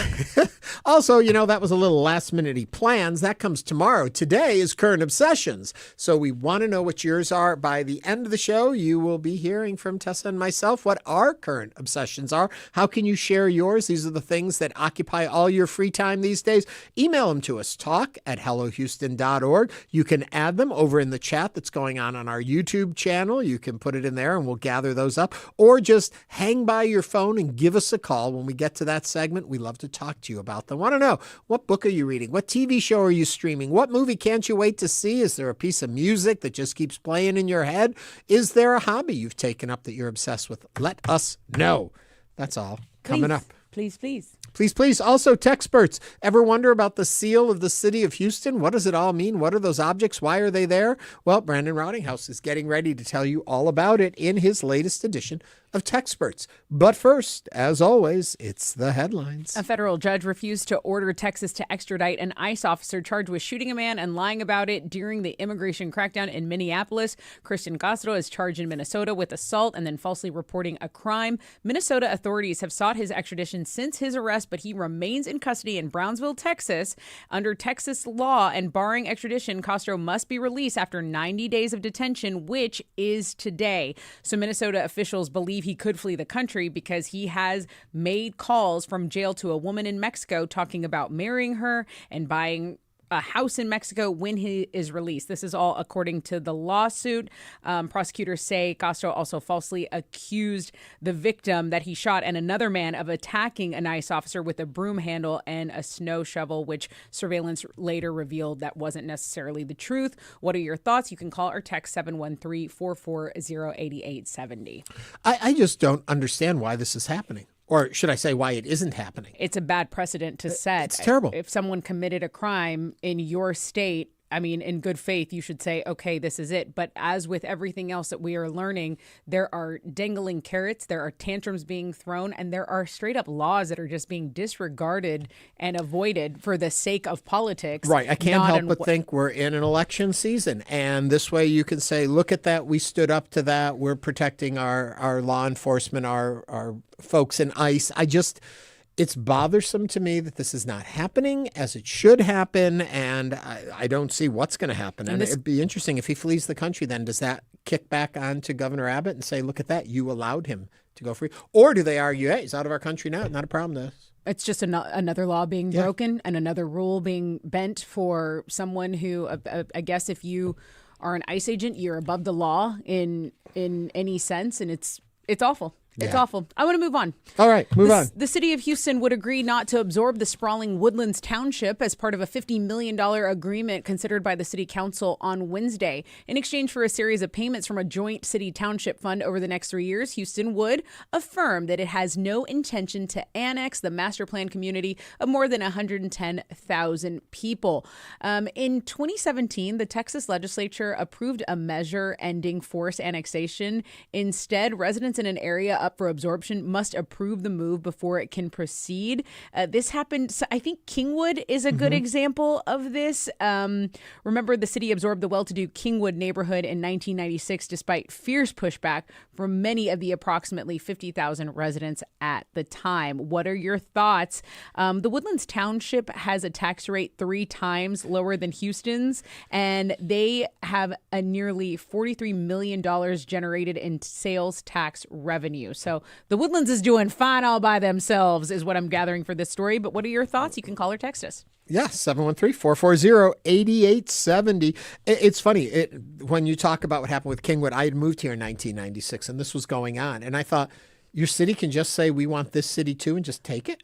And I was just so baffled by that. And even today, I'm still baffled by the whole idea. I know it's to get the tax revenue, and then they think, oh, we'll get that. But there's also the services then you have to provide. So Right. I don't know how much of a win it truly is, but it also reminds me too much of let's make Canada our 51st state. Let's take Greenland. Let's just take what we want. Local communities need to have a say. And every time I actually go to the Woodlands, I'm always find myself looking around going, why don't I come here more often? Who are you it's people? So nice. How do you live here? So nice. Yes, Houston is an hour away from Houston, but the Woodlands has often been on, best cities to live, best cities to move lists. I think they're doing quite okay. I think the residents kind of like being in there. What do you think? What are your thoughts on annexation? Do you think this is a good plan? Some would argue, hey, it's a way to bring in more money for the city government. But as I said, you've also got to put money out if you're running a new area and all the people there. So I don't know if it balances out for them. I'm assuming it probably does balance out or they wouldn't want to do it. But it's just an odd concept to me. If there start to be potholes in the Woodlands when I go over there, I'm going to be very upset, okay? Keep my Woodlands nice. 713-440-8870. Let us know what you think. Alex Garza Photo says, do you need a passport to go to the Woodlands? Question. You can get it stamped at Cynthia Mitchell Woods Woods Pavilion. Mitchell Pavilion. Boom. Funny, very funny, very funny. Okay, another headline. President Donald Trump expected to arrive in Houston this afternoon for an overnight stay before visiting NASA's Johnson Space Center on Friday. The president is expected to land at Ellington Field Airport late this afternoon. I know Michael Atkinson is covering that beat. So the president's motorcade route has not yet been released, but the visit, of course, will cause traffic delays along the Gulf Freeway. This says could. There will be traffic along the Gulf Freeway and other roads in southeast Houston. On Friday, the president is expected to honor members of the Artemis II crew at the Space Center. Trump will award the Congressional Space Medal of Honor to NASA astronauts Reed Wiseman, Victor Glover, and Christina Cook. Is it Christina Cook? I know I'm saying that wrong. I think so. Even though she's awesome and I should get her name right. Only 30 astronauts have received the honor, according to NASA. He will also attend a fundraising event tonight, and details about that event, the location, the prices, those have not been publicly released. If you have any comments, call or text us. I have a funny feeling you could probably find out where it's happening because I think wherever it is, it's going to be just crazy, traffic and blockages and all that stuff. It'll become pretty obvious. I think that's funny. The first thing I think of with the president coming to town, and I assume is exactly what you said, traffic. I don't care that the president is visiting the city or what. I just think, oh my God, what an inconvenience. I've become that old man who's just worried about how things work and how I can get to go where I need to go in any walk of life these days. I just think about the major donors that he has in this city. I know there are some big ones on both sides of the aisle. I know there are major donors. So my guess is the Post Oak again.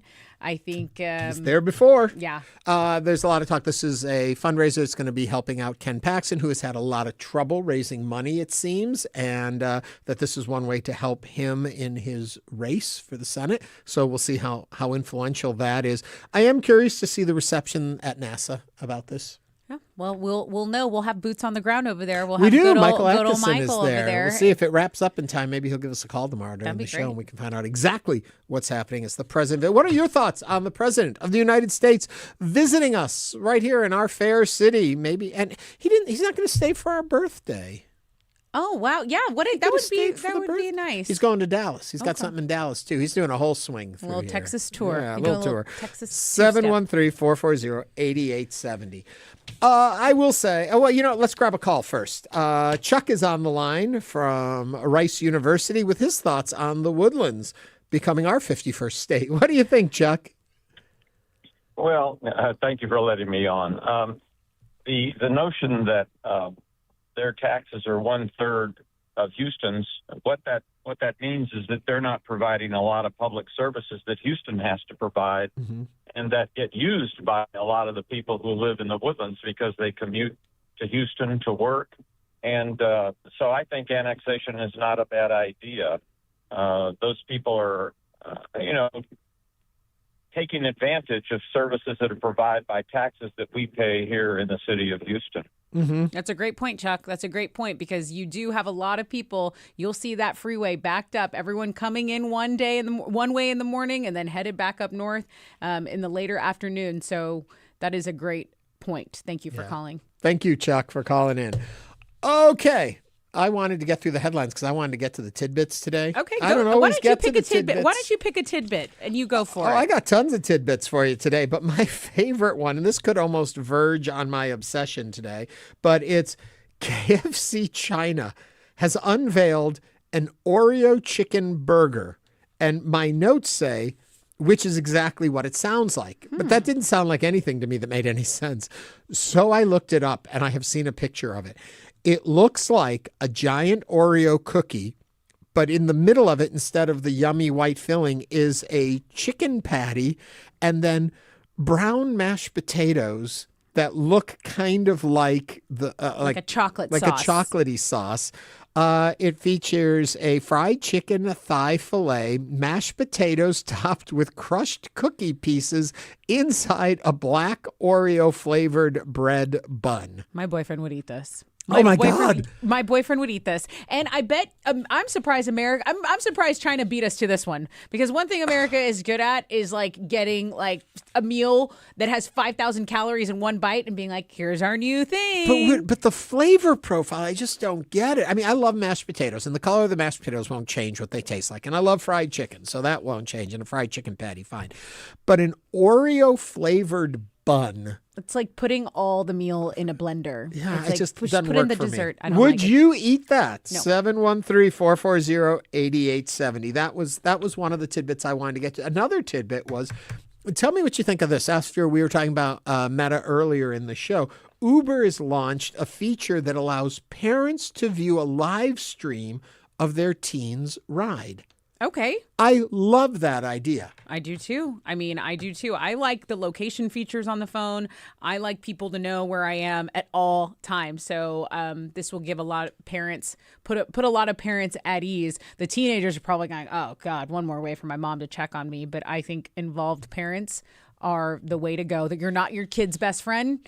You're their parent. I think that's a great thing you said. And we forget in today's day and age, and the old saying, they grow up so fast today, they are still children. Brain is not fully developed. So a lot of things they do, they may seem stupid. To them, it seems perfectly clear. You still need parental supervision. There's reasons we have these rules and laws. And I think the opportunity to keep an eye on your child when they're in an environment that you have no control over really is so important. Mm-hmm. And also, hopefully it brings a sense of responsibility to the teen to realize, we can't just be crazy teens in this because it's not our car kind of thing.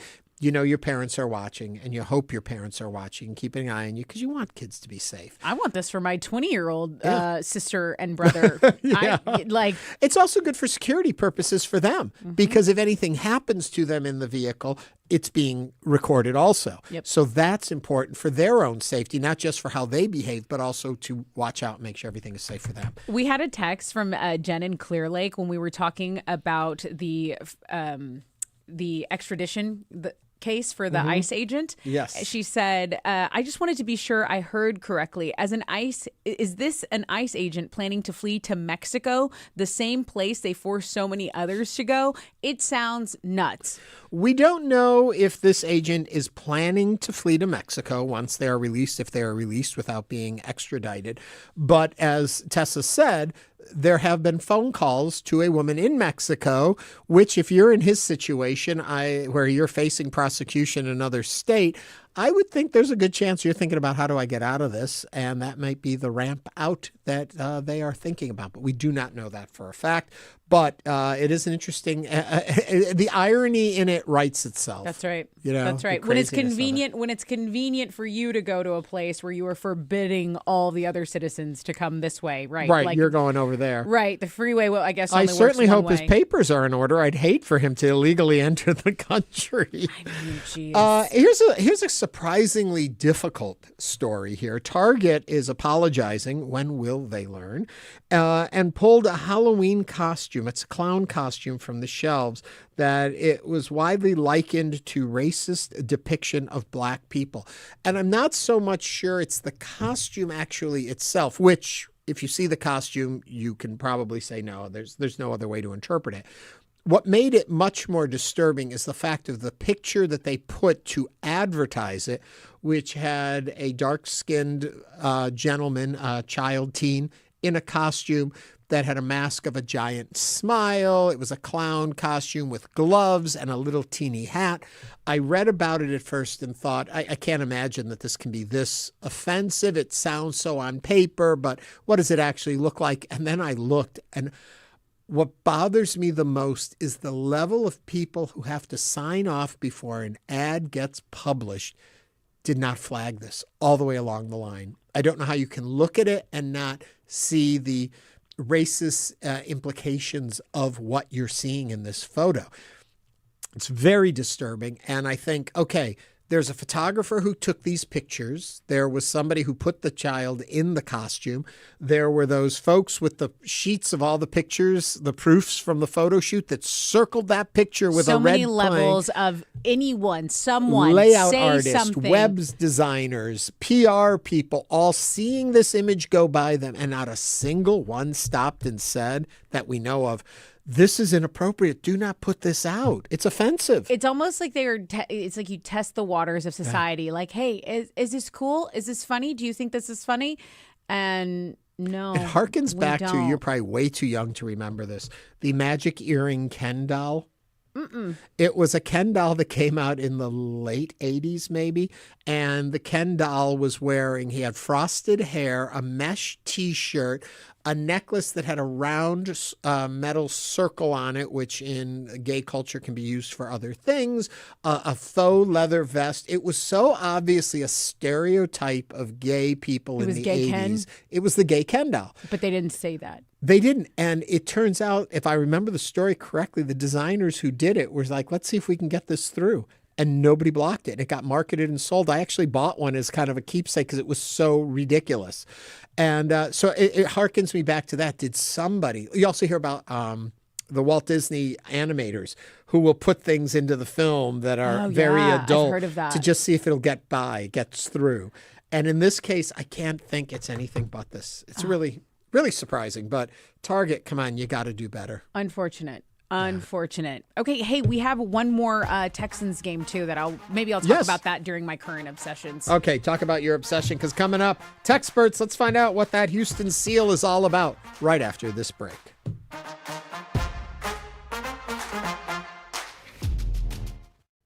With federal support gone, Houston Public Media needs a stronger foundation for the future. The Houston Public Media Resiliency Fund is our response to ensure this service remains strong, stable, and community-powered. Your gift today helps us stay on the air tomorrow and the day after that. Give now to the Resiliency Fund at houstonpublicmedia.org/donate or call 800-364-8300. Francis Lamb, host of The Splendid Table. This week we're diving into retro recipes. And surprise, tomato aspic is delicious. And we're asking deep questions about how and why humans taste our food. It's coming up on The Splendid Table. The Splendid Table. That's coming up Sunday. It's on at noon. Houston Public Media provides a free, essential, and trusted public service to everyone in Southeast Texas. The generosity of our Affinity Council Committee enables us to identify new audiences and new opportunities to bring inspiration, insight, and connection through public media. Herbert Gimple, Dr. Jacqueline Hecht, and Dr. Wayne Doris, Kay and David Hedges, Ragna and Mark Hendricks, Carrie Gillespie, Susan Hertz. Thank you. Support comes from the Museum of Fine Arts Houston, presenting Ernesto Neto, Sunforce Ocean Life, an immersive exhibition exploring ecology, spirituality, and sensory awareness. Now through September 7th, tickets at mfah.org. Join us for Hello Houston, weekdays from 11 a.m. to 1 p.m., taking a deep dive into the stories that matter to Houstonians, keeping you informed, engaged, and entertained, with a generous support from our founding sponsor, John Bradshaw. And now back to Hello Houston. To comment on today's topics, call or text 713-440-8870 or email us at talk@hellohouston.org. And now Ernie Manous and Tessa Barrera. As we discussed in the show's first hour, this Sunday, August 30th, will mark the city of Houston's 190th birthday. In recognition of this impressive milestone, University of Houston political science professor and party politics co-host Brandon Rottinghaus has a new episode of Texperts for us, in which he will explore the history and the symbolism behind Houston's official city seal and why cities have their own flags. Here's Texperts.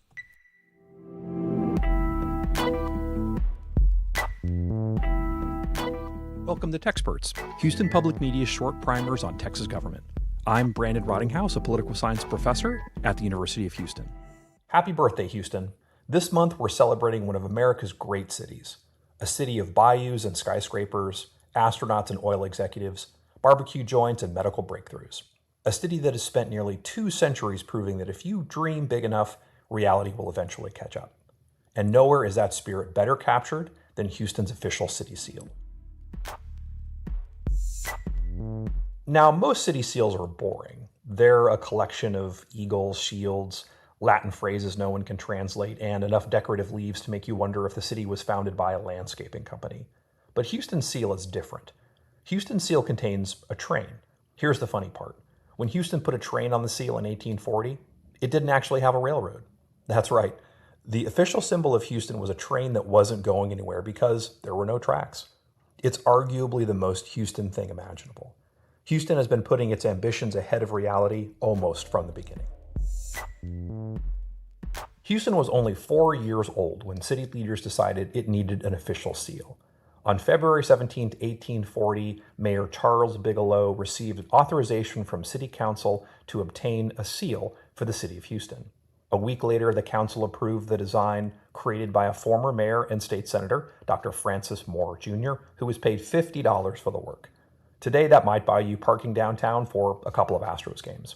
Back then, it bought a symbol that would represent Houston for nearly 2 centuries. And remarkably, that symbol has barely changed. So what's on the seal? The seal contains 3 simple images: a Lone Star, a locomotive, and a plow. The Lone Star is easy. Texas had only recently become an independent republic.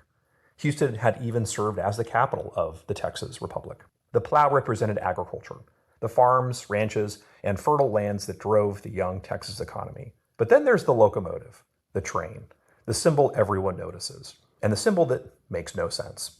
Until you realize it makes perfect sense, because in 1840 there were no railroads in Houston. None. The first railroad wouldn't arrive until the 1850s, more than a decade later. So why put a train on the seal? Because Houston's founders weren't describing what was. They were describing what they believed Houston would become. Think about Houston in 1840. Population around 2,000 people. The city had battled disease. Galveston was the dominant port. Houston was still trying to establish itself. Most cities would have put something realistic on their seal.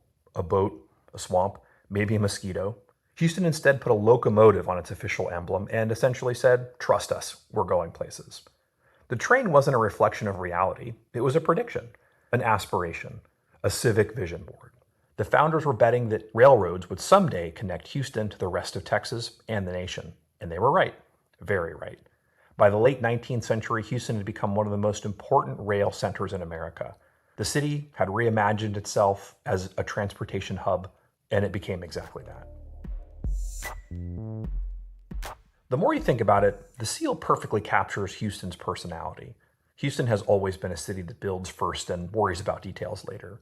The city dug a ship channel and became one of the world's busiest ports. It built the largest medical complex on Earth. It helped put humans on the moon. It became an energy capital.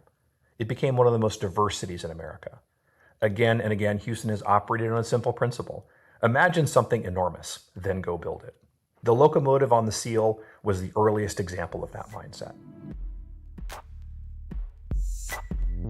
So on Houston's birthday, take a moment to appreciate that little locomotive. It's more than just a train. It's a reminder that what made Houston successful in the first place.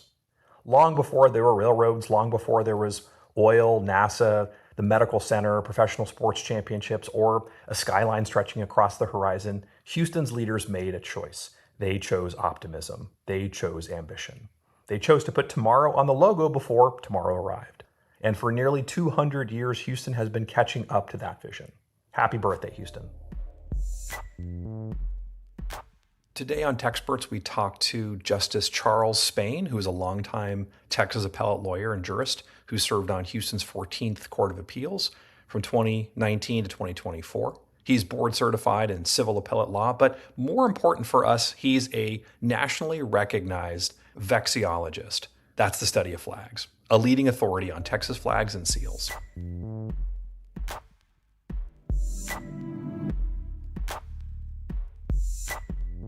Judge Charles Spain, thank you so much for joining us on Texperts. It's my pleasure to be here. Well, one of my first questions is a basic question, but that's why flags? In particular, why do cities have flags? I'm going to start with the why flags. Flags as we know them in the modern world are an offshoot of medieval heraldry, and starting with shields, literally shields that knights would have who were members of the aristocracy, which turned into banners of arms, which turned into something that we can recognize as a flag, a textile that moves as opposed to something painted on metal that doesn't move. And flags weren't used a lot in the sense that we know them in the modern world for a couple of reasons. One, they were reserved for usually the king before we got to democracies. And also the problem of making them, which was incredibly expensive, and the Industrial Revolution and mass textile production changed all that, especially after the U.S. Civil War in this country.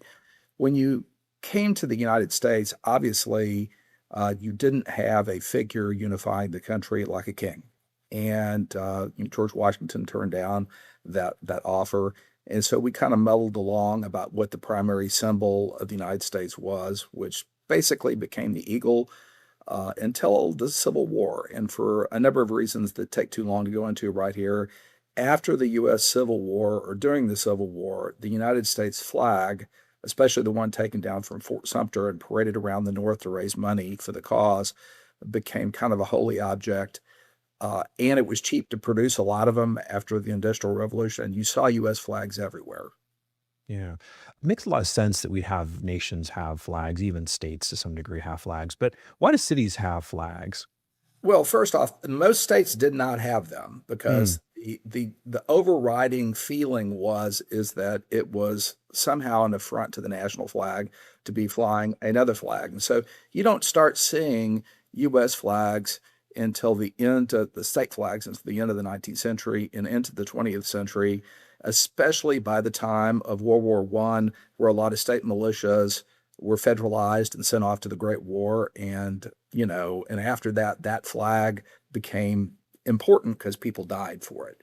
But for cities, New York City had a flag all the way back to 1925, but that's just New York. I mean, it's the city for a long time, and you don't get officially adopted flags, until later in the 19th century. And by 1915, Chicago decided it wanted to adopt a flag.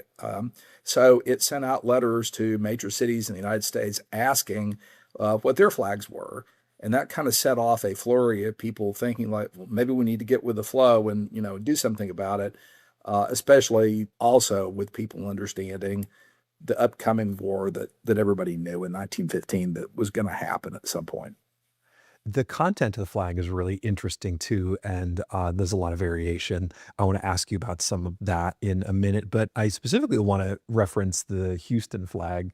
It's fascinating because there's a locomotive on it, but at the time it was adopted, there was no locomotive that came to Houston. So I wonder what it says about a city like Houston that it has part of its official symbol and on its flag is this aspirational kind of symbol that didn't exist yet. Well, again, I think it's why come here and why do business here. It's kind of a chamber of commerce moment in a lot of ways, and the locomotive comes from the city seal, which was adopted in 1840, and of course there wasn't any rail lines to Houston at that point. but the plow refers to the thing that made money in Texas at that time, which is cotton. And the idea is that Houston wanted to be the city that got cotton to the sea because it was the cash crop. And there's references to that in older newspaper stories and things like that. And obviously it took a while for the railroad to get here, but everybody knew it was out there and everybody wanted it. Are these flags a symbol of kind of an aspiration of what people hope that a city will be, or does it represent a kind of advertising for what a city is, or both?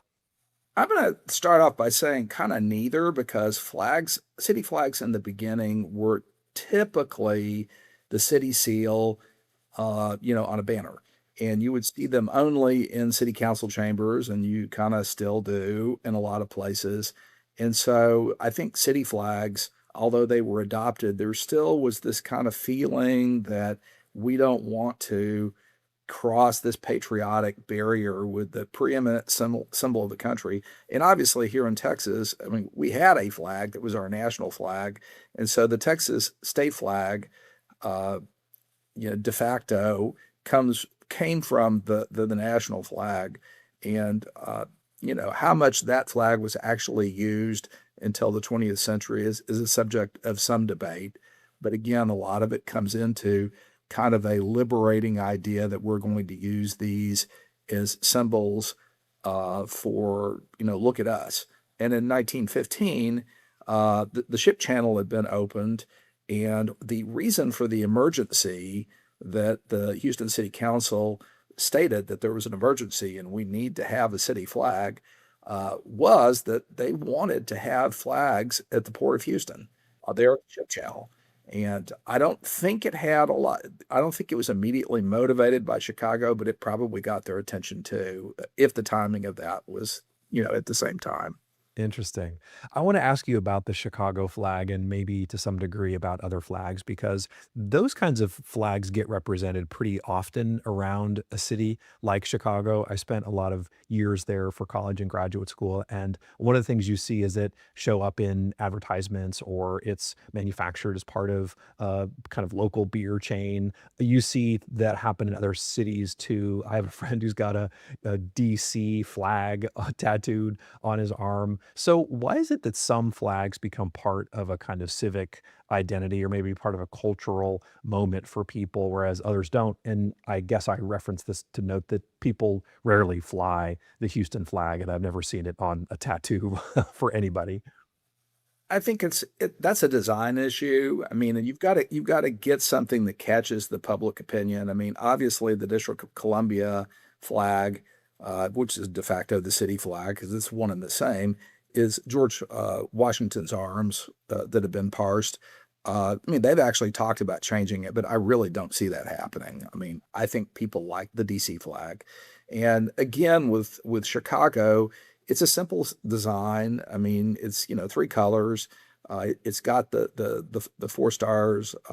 But I think when you fly into Chicago, especially at O'Hare, what you see is a field of flagpoles flying the Chicago flag, and police officers and firefighters all wear that patch on them. And it's an incredible statement of civic pride.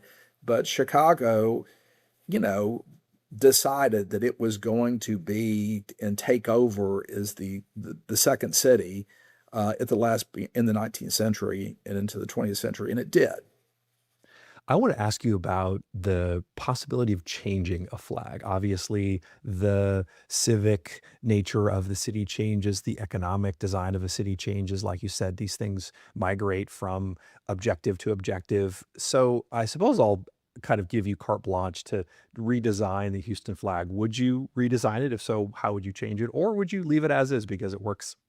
Well, first off, I'm going to say my hobby is studying flags, which is the word vexillology, and notwithstanding the Big Bang Theory, it doesn't mean designing flags or identifying them. But if you want to be a vexillographer and design flags, I think it's a good idea for you to study heraldry, the European style, or some of the Asian ones, because I think the Japanese have fantastic flags, which are their own heraldry. I don't think the advertising flags that when you go to those people, those are, in my opinion, bad. The logo flags. If you were to do it for Houston, I mean, I would say one flag you could co-opt easily would be to use the first national flag of the Republic of Texas, which was a gold star on a dark blue background, which actually was the flag that flew when Houston was the capital of the Republic of Texas, until the current flag was adopted by the Congress of the Republic of Texas, sitting at the site where the Rice Hotel is. So I think that flag would keep blue, change the white star to gold, and get rid of the detail. I don't see it happening, but I think it has a lot of historic appeal, and it's simple. I like that. Well, Justice Spain, thank you so much for joining us on Texperts. You're welcome. My pleasure. Thanks for listening to Texperts, and thanks to everybody, cast and crew here at Houston Public Media, for making it happen.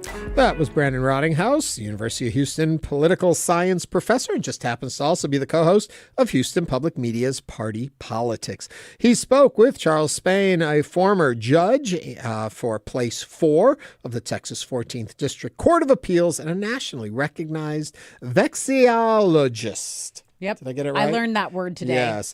All episodes of Texperts are available, and I think all experts are too, to listen to at our website. Just go to houstonpublicmedia.org and search Texperts.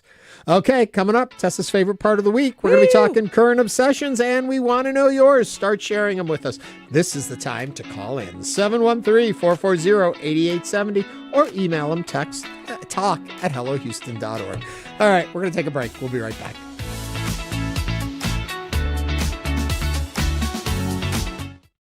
With federal support gone, Houston Public Media needs a stronger foundation for the future. The Houston Public Media Resiliency Fund is our response to ensure this service remains strong, stable, and community-powered. Your gift today helps us stay on the air tomorrow and the day after that. Give now to the Resiliency Fund at houstonpublicmedia.org/donate or call 800-364-8300. Some cities that created harm reduction policies to curb overdose deaths have seen their public spaces overrun by drug users. That has a knock-on effect on all sorts of things. I mean, it hurts businesses, it hurts families. The lessons learned from these well-meaning experiments in drug policy, that's next time on Think. It's coming up tonight at 11 o'clock. HPM Plus brings you the latest news and information from around the world and across the street. Trusted journalists keeping you connected by keeping you informed. Search HPM Plus on your smart and connected TVs and stay informed. Tonight on Houston Public Media TV 8, a night of mystery and intrigue with Father Brown at 7, followed by the Sister Boniface Mysteries at 8. Then it's a new season of Death in Paradise at 9. Tonight on TV 8.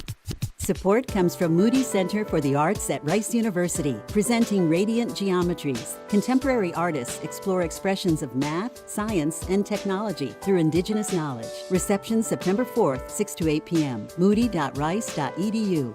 Support comes from Whole Earth and Company, presenting Bring the Outdoors In at the Alabama Shepherd Shopping Center in Houston.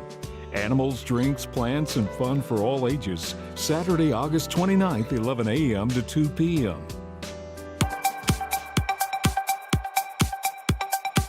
And now back to Hello Houston. To comment on today's topics, call or text 713-440-8870 or email us at talk@hellohouston.org.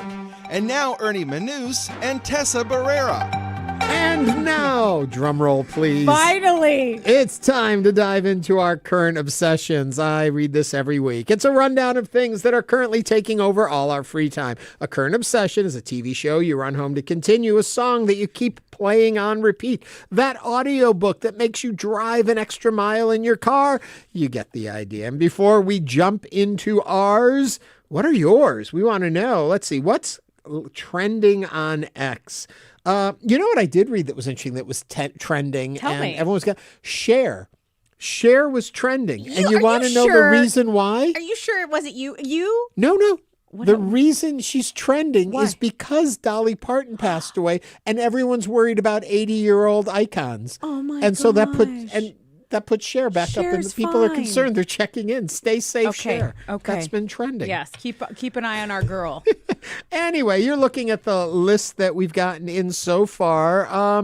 Before we get to reading the ones that have already come in, let's actually, what I like to do best, take a phone call. Tom's on the line. He's calling in from Austin. Tom, what is your current obsession? Hi, guys. Tom here. My current obsession is 3D printing. I'm actually from Austin, driving through Houston to deliver a little 3D printed wheelchair for children.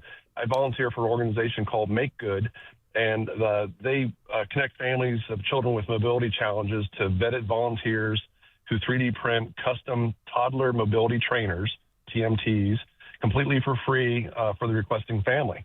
And so I've been doing this for about 8 months, and I got one in the back of the car. I'm dropping off to Northeast Houston.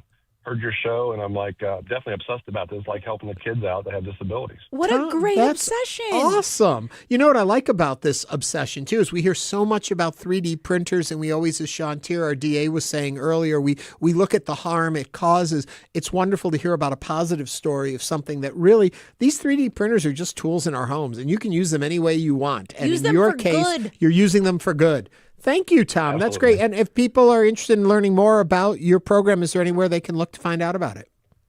Absolutely. Make Good's got a great website. It's 3d-mobility.org. And on there, you can put in a request, or people who want to donate some funds. These chairs run, when you buy them, get them from a doctor, they're $2,000 to $10,000. Right. We can make them for under about under $200 for the Whoa. materials. So people donate the funds, the filament, the ball bearings, and then we spend the hours printing them, put them together. There's no glue in case something breaks. You can just print another part. So it's an economical way for people who cannot afford this. Okay, you win. For these devices. Current obsession segment over. Yeah. That's the best Tom, obsession we've ever I'm heard. now obsessed with Tom. Yeah, same. Tom, make sure that our producers have your phone number. We'd love to talk more with you about what you're doing in that program. It is a wonderful thing. Thank you so much for sharing that with us.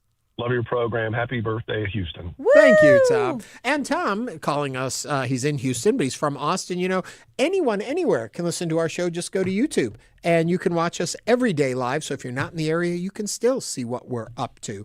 Okay, you want to read me some current obsessions that have come in? I do. Okay, so we will start with Wine Goddess TX. My current obsession is still trying to finish up the home renovation projects and move in so I can start hosting friends and family again. Okay, I feel like Wine Goddess, with a waiting name for like our- that, she's going to be a great hostess. And once the I time also comes. think with a name like Wine Goddess, she should be sending us invitations to this home party. We will want definitely in. want We to want come. in. My British computer guy says, just popping in to drop my current obsession before getting back to it. Oh, I'm jealous. Prepare. Burying my feet in the bleach white sand of Pensacola's beaches while sipping on a cold margarita. Missed y'all. See you next week. Oh, sure. Just rub that in. Just rub it in. I like putting my feet in the muddy waters of the bayou, avoiding alligators and You better not snakes. have any open cuts, buddy. Okay, Earl Grey T-Cat says, I'm obsessed with warrior cats. I didn't read the books as a kid, but I'm reading them now and at the recommendation of a friend, and I'm obsessed. These cats go through so much strife. That's funny. That's funny. I do have to joke talking about books and what you're reading. I'm obsessed with a new book I just got yesterday, and I sat down and read it cover to cover. No, you didn't. I did. Okay, give it to me. It was the book Toro wrote. Oh, my about gosh. How not to bully people. Because you did an interview. It's coming up on the show shortly. With, I was like, you read a book cover to cover? I want to go, but you know what? You're it's right. a kid's book, but it's fabulous. And Toro the bull, the mascot from the Texans, who you got to sit down with, and you're going to do a piece on. The man behind Toro. The man behind Toro, and I got a copy of his book, and I got to read the whole thing. It is so cute. It's adorable. I know. I can't wait to read it to my On niece. the other end of the spectrum, Mr. Uncle Walt says Tolstoy's War and Peace is my new obsession. Slightly longer than the book I read. Yeah, he's not reading that cover to cover. You gotta go in it takes parts. some time on that yeah, one. you gotta go in chunks. Yeah.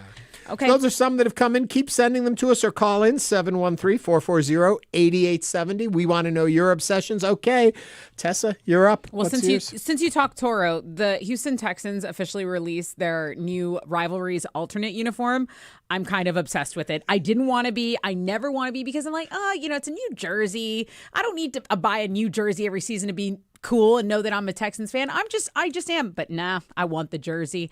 It's got the tile, the blue and white tile that Houston's kind of known for, some of the city streets there. Mm-hmm. It's got the helmet and face mask, Liberty white. It's got the Be Someone numbers, chrome finished. It's got the bullhead crest. It's got the inner collar. It says Houston Us. The word us explicitly highlighted in the H-Town blue. That's emphasizes cool. our And so color. You're obsessed. Yeah, I'm obsessed with that. And then I know you're a foodie like me, so I will say I did have a fantastic meal at Le Colonial, which is in the River Oaks area. Yeah, River Oaks District. Yes, and they have a tremendous lychee martini. Their shaking beef is out of this world, and they've got tuna tartare. And this is all in the Restaurants Week's menu, guys. So you can go in there and kind of try some of those favorites. Yeah, Restaurant Week's still going on. Don't miss that. It's a great give back to our community. It's Vietnamese French fusion food, which somehow just works so well. So really, you wanted to give them that obsession. And then I picked up a book here. You're obsessed with a lot. And then I picked up a book here, and it's called it's called Last Chance in Texas, and it's by a journalist, John Hubner, and it investigates the Texas Youth Commission and the reform and the state's juvenile justice system. And, those kids, they've done heinous things, Ernie. They've done really heinous things, but he talks about the way they grew up and how the people that were supposed to take care of them severely neglected them. Yeah. And it's pulling at my heartstrings right now, and those are the things I'm obsessed with. What about you? Now mine's going to sound horrible. Oh, come on. Well, after that first phone call, I'm like, no one's going to top that. Yeah. Go ahead and tell me anyway. I'm currently obsessed with old Sword and Sandals films. Those were those like late 50s, 60s, kind of like Hercules battles the giants. I see. And like kind of Egypt and ancient Greece. And they're so poorly made. And a lot of them were Italian made and they're dubbed over. There's a ton of them. And they fell into my algorithm after I saw The Odyssey. And then on my YouTube, I was looking at stuff. Well, somehow or other, I looked at too many Odyssey things. And all of a sudden, I started getting pushed all of these. They have not been remastered. They're horrible prints. And oh my God, they are just so bad. And I just keep watching them. And the more I watch them, the more go into my algorithm and the more are on my feed. I have not been here a long time. But one thing I have learned is that the Ernie YouTube wormhole is a thing. It's a thing, and I can't wait to hear about your next wormhole because it is just you never know. You never ever know what your algorithm is. The way I learn reveal. What I'm obsessed with each week, and I say this to you every week, is let me look at what I've watched on my YouTube channel, and it makes itself clear. It's kind of like reading the tea leaves. Oh, Ernie has looked at many of these movies that are really bad, and I keep watching them. I'm just kind of obsessed with them. What else are you folks obsessed with? Let us know. Send them on in to us. You can either email them, talk@hellohouston.org, or call 713-440-8870. Talking on the food front. So next Tuesday is my birthday. Yes. Yeah, you've only reminded everyone in the office several times. Repeatedly, and I will. It's going to get worse because we're not there yet. But so it's the 4th. First. I'm sorry. Oh my gosh. Okay. Time to start looking for a new host. Stop. The first. Okay. The first. He's number one. Yes. He's number one. Thank you. Okay. But anyway, so I usually do a party or something. This year I thought I want to do something more simple, but I wanted it to be fun, like silly, goofy fun. Okay. So I thought about it and I grabbed together just a few of my intimates, the close ones that I hang out with. Your friends. My friends, not clothing wise. And I decided, because I like to cook and I'm always cooking something, they should all figure out how to make a Greek dish and bring it. Guys, let's have some fun. Cook me a dish. Cook me a dinner. But for me, the joy in it is seeing, can they figure out how to do this? It's almost like on a Great British Bake Off where they give you like the list of ingredients in a very brief recipe and now you have to make it. But I'm letting them look for whatever they want. But, I want to see how you're going to make like these traditional Greek dishes that I may have grown up on and what you're going to come up with.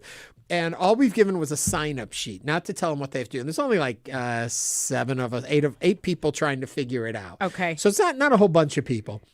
But I'm very curious to see what they're going to bring. We're going to do that on Saturday night. So I'm very obsessed with it. I love that. I love that. Also, since we are on the subject, there are... there's that big beef recall talking about food. Yes. Okay, so like beef is like a situation. So I have been looking for a local like ranch supplier, and there is a Black-owned ranch that I want to like get my beef wholesale from them. I think it's like I wanted to say Steven Tyler Ranch, but it's not Steven Tyler Ranch. Oh my gosh, I'm getting the name wrong. I will say, while you're looking that up quickly, I'll say that my partner just said to me, we should buy a side of beef and put it in the freezer and eat. And I was like, no. You know how much that, like, not just price-wise, but how much beef that is? Taylor Stevenson Ranch Meat Company. There you go. But then I found out you can get a quarter of a Let's like beef. split a quarter cow or something, Ernie. Yeah. Let's go in on it. And then Walt will go in on it too. And we need a big Travis. freezer in here. We're going to figure it out. But you know what we are going to do? We're going to freeze everyone out because we're going to say goodbye. We miss you. Until we tomorrow, miss you. my We love friends. your obsessions. We love knowing about them, and we love sharing them. Remember, send them in to us all week long. We are always gathering them up, and then we'll share them with you during this segment next Thursday. Tomorrow on the show, it's really cool. We're going to have Jay Farrell from SNL. He was an alum of SNL. He's going to be here with us live in studio. Yay. And the Sufferers lead singer, you all know her, Cam Franklin. She's dropping her new album. That means releasing it. And she's going to be here with us tomorrow. That's right here on Hello Houston. And Tessa and Ernie will be back too. See you then. Bye-bye. Thanks for listening to Hello Houston. Join us every Monday through Friday from 11 a.m. to 1 p.m. to talk all things Houston. The Hello Houston production team includes Garrett Bowman, William Menivar, Laura Walker, Jen Altide, Todd Holslander, Jayla Rhodes, Mark DeClaudio, Tom Carter, and Jim Kovacic. For the latest in local news, subscribe to the Hello Houston daily newsletter at HoustonPublicMedia.org. Hello Houston is a production of Houston Public Media. The opinions expressed by the guests of this program are solely their own and do not represent the views of management, staff, or underwriters of Houston Public Media. This is News 88.7. Support comes from the Grand 1894 Opera House in Galveston, presenting its 2020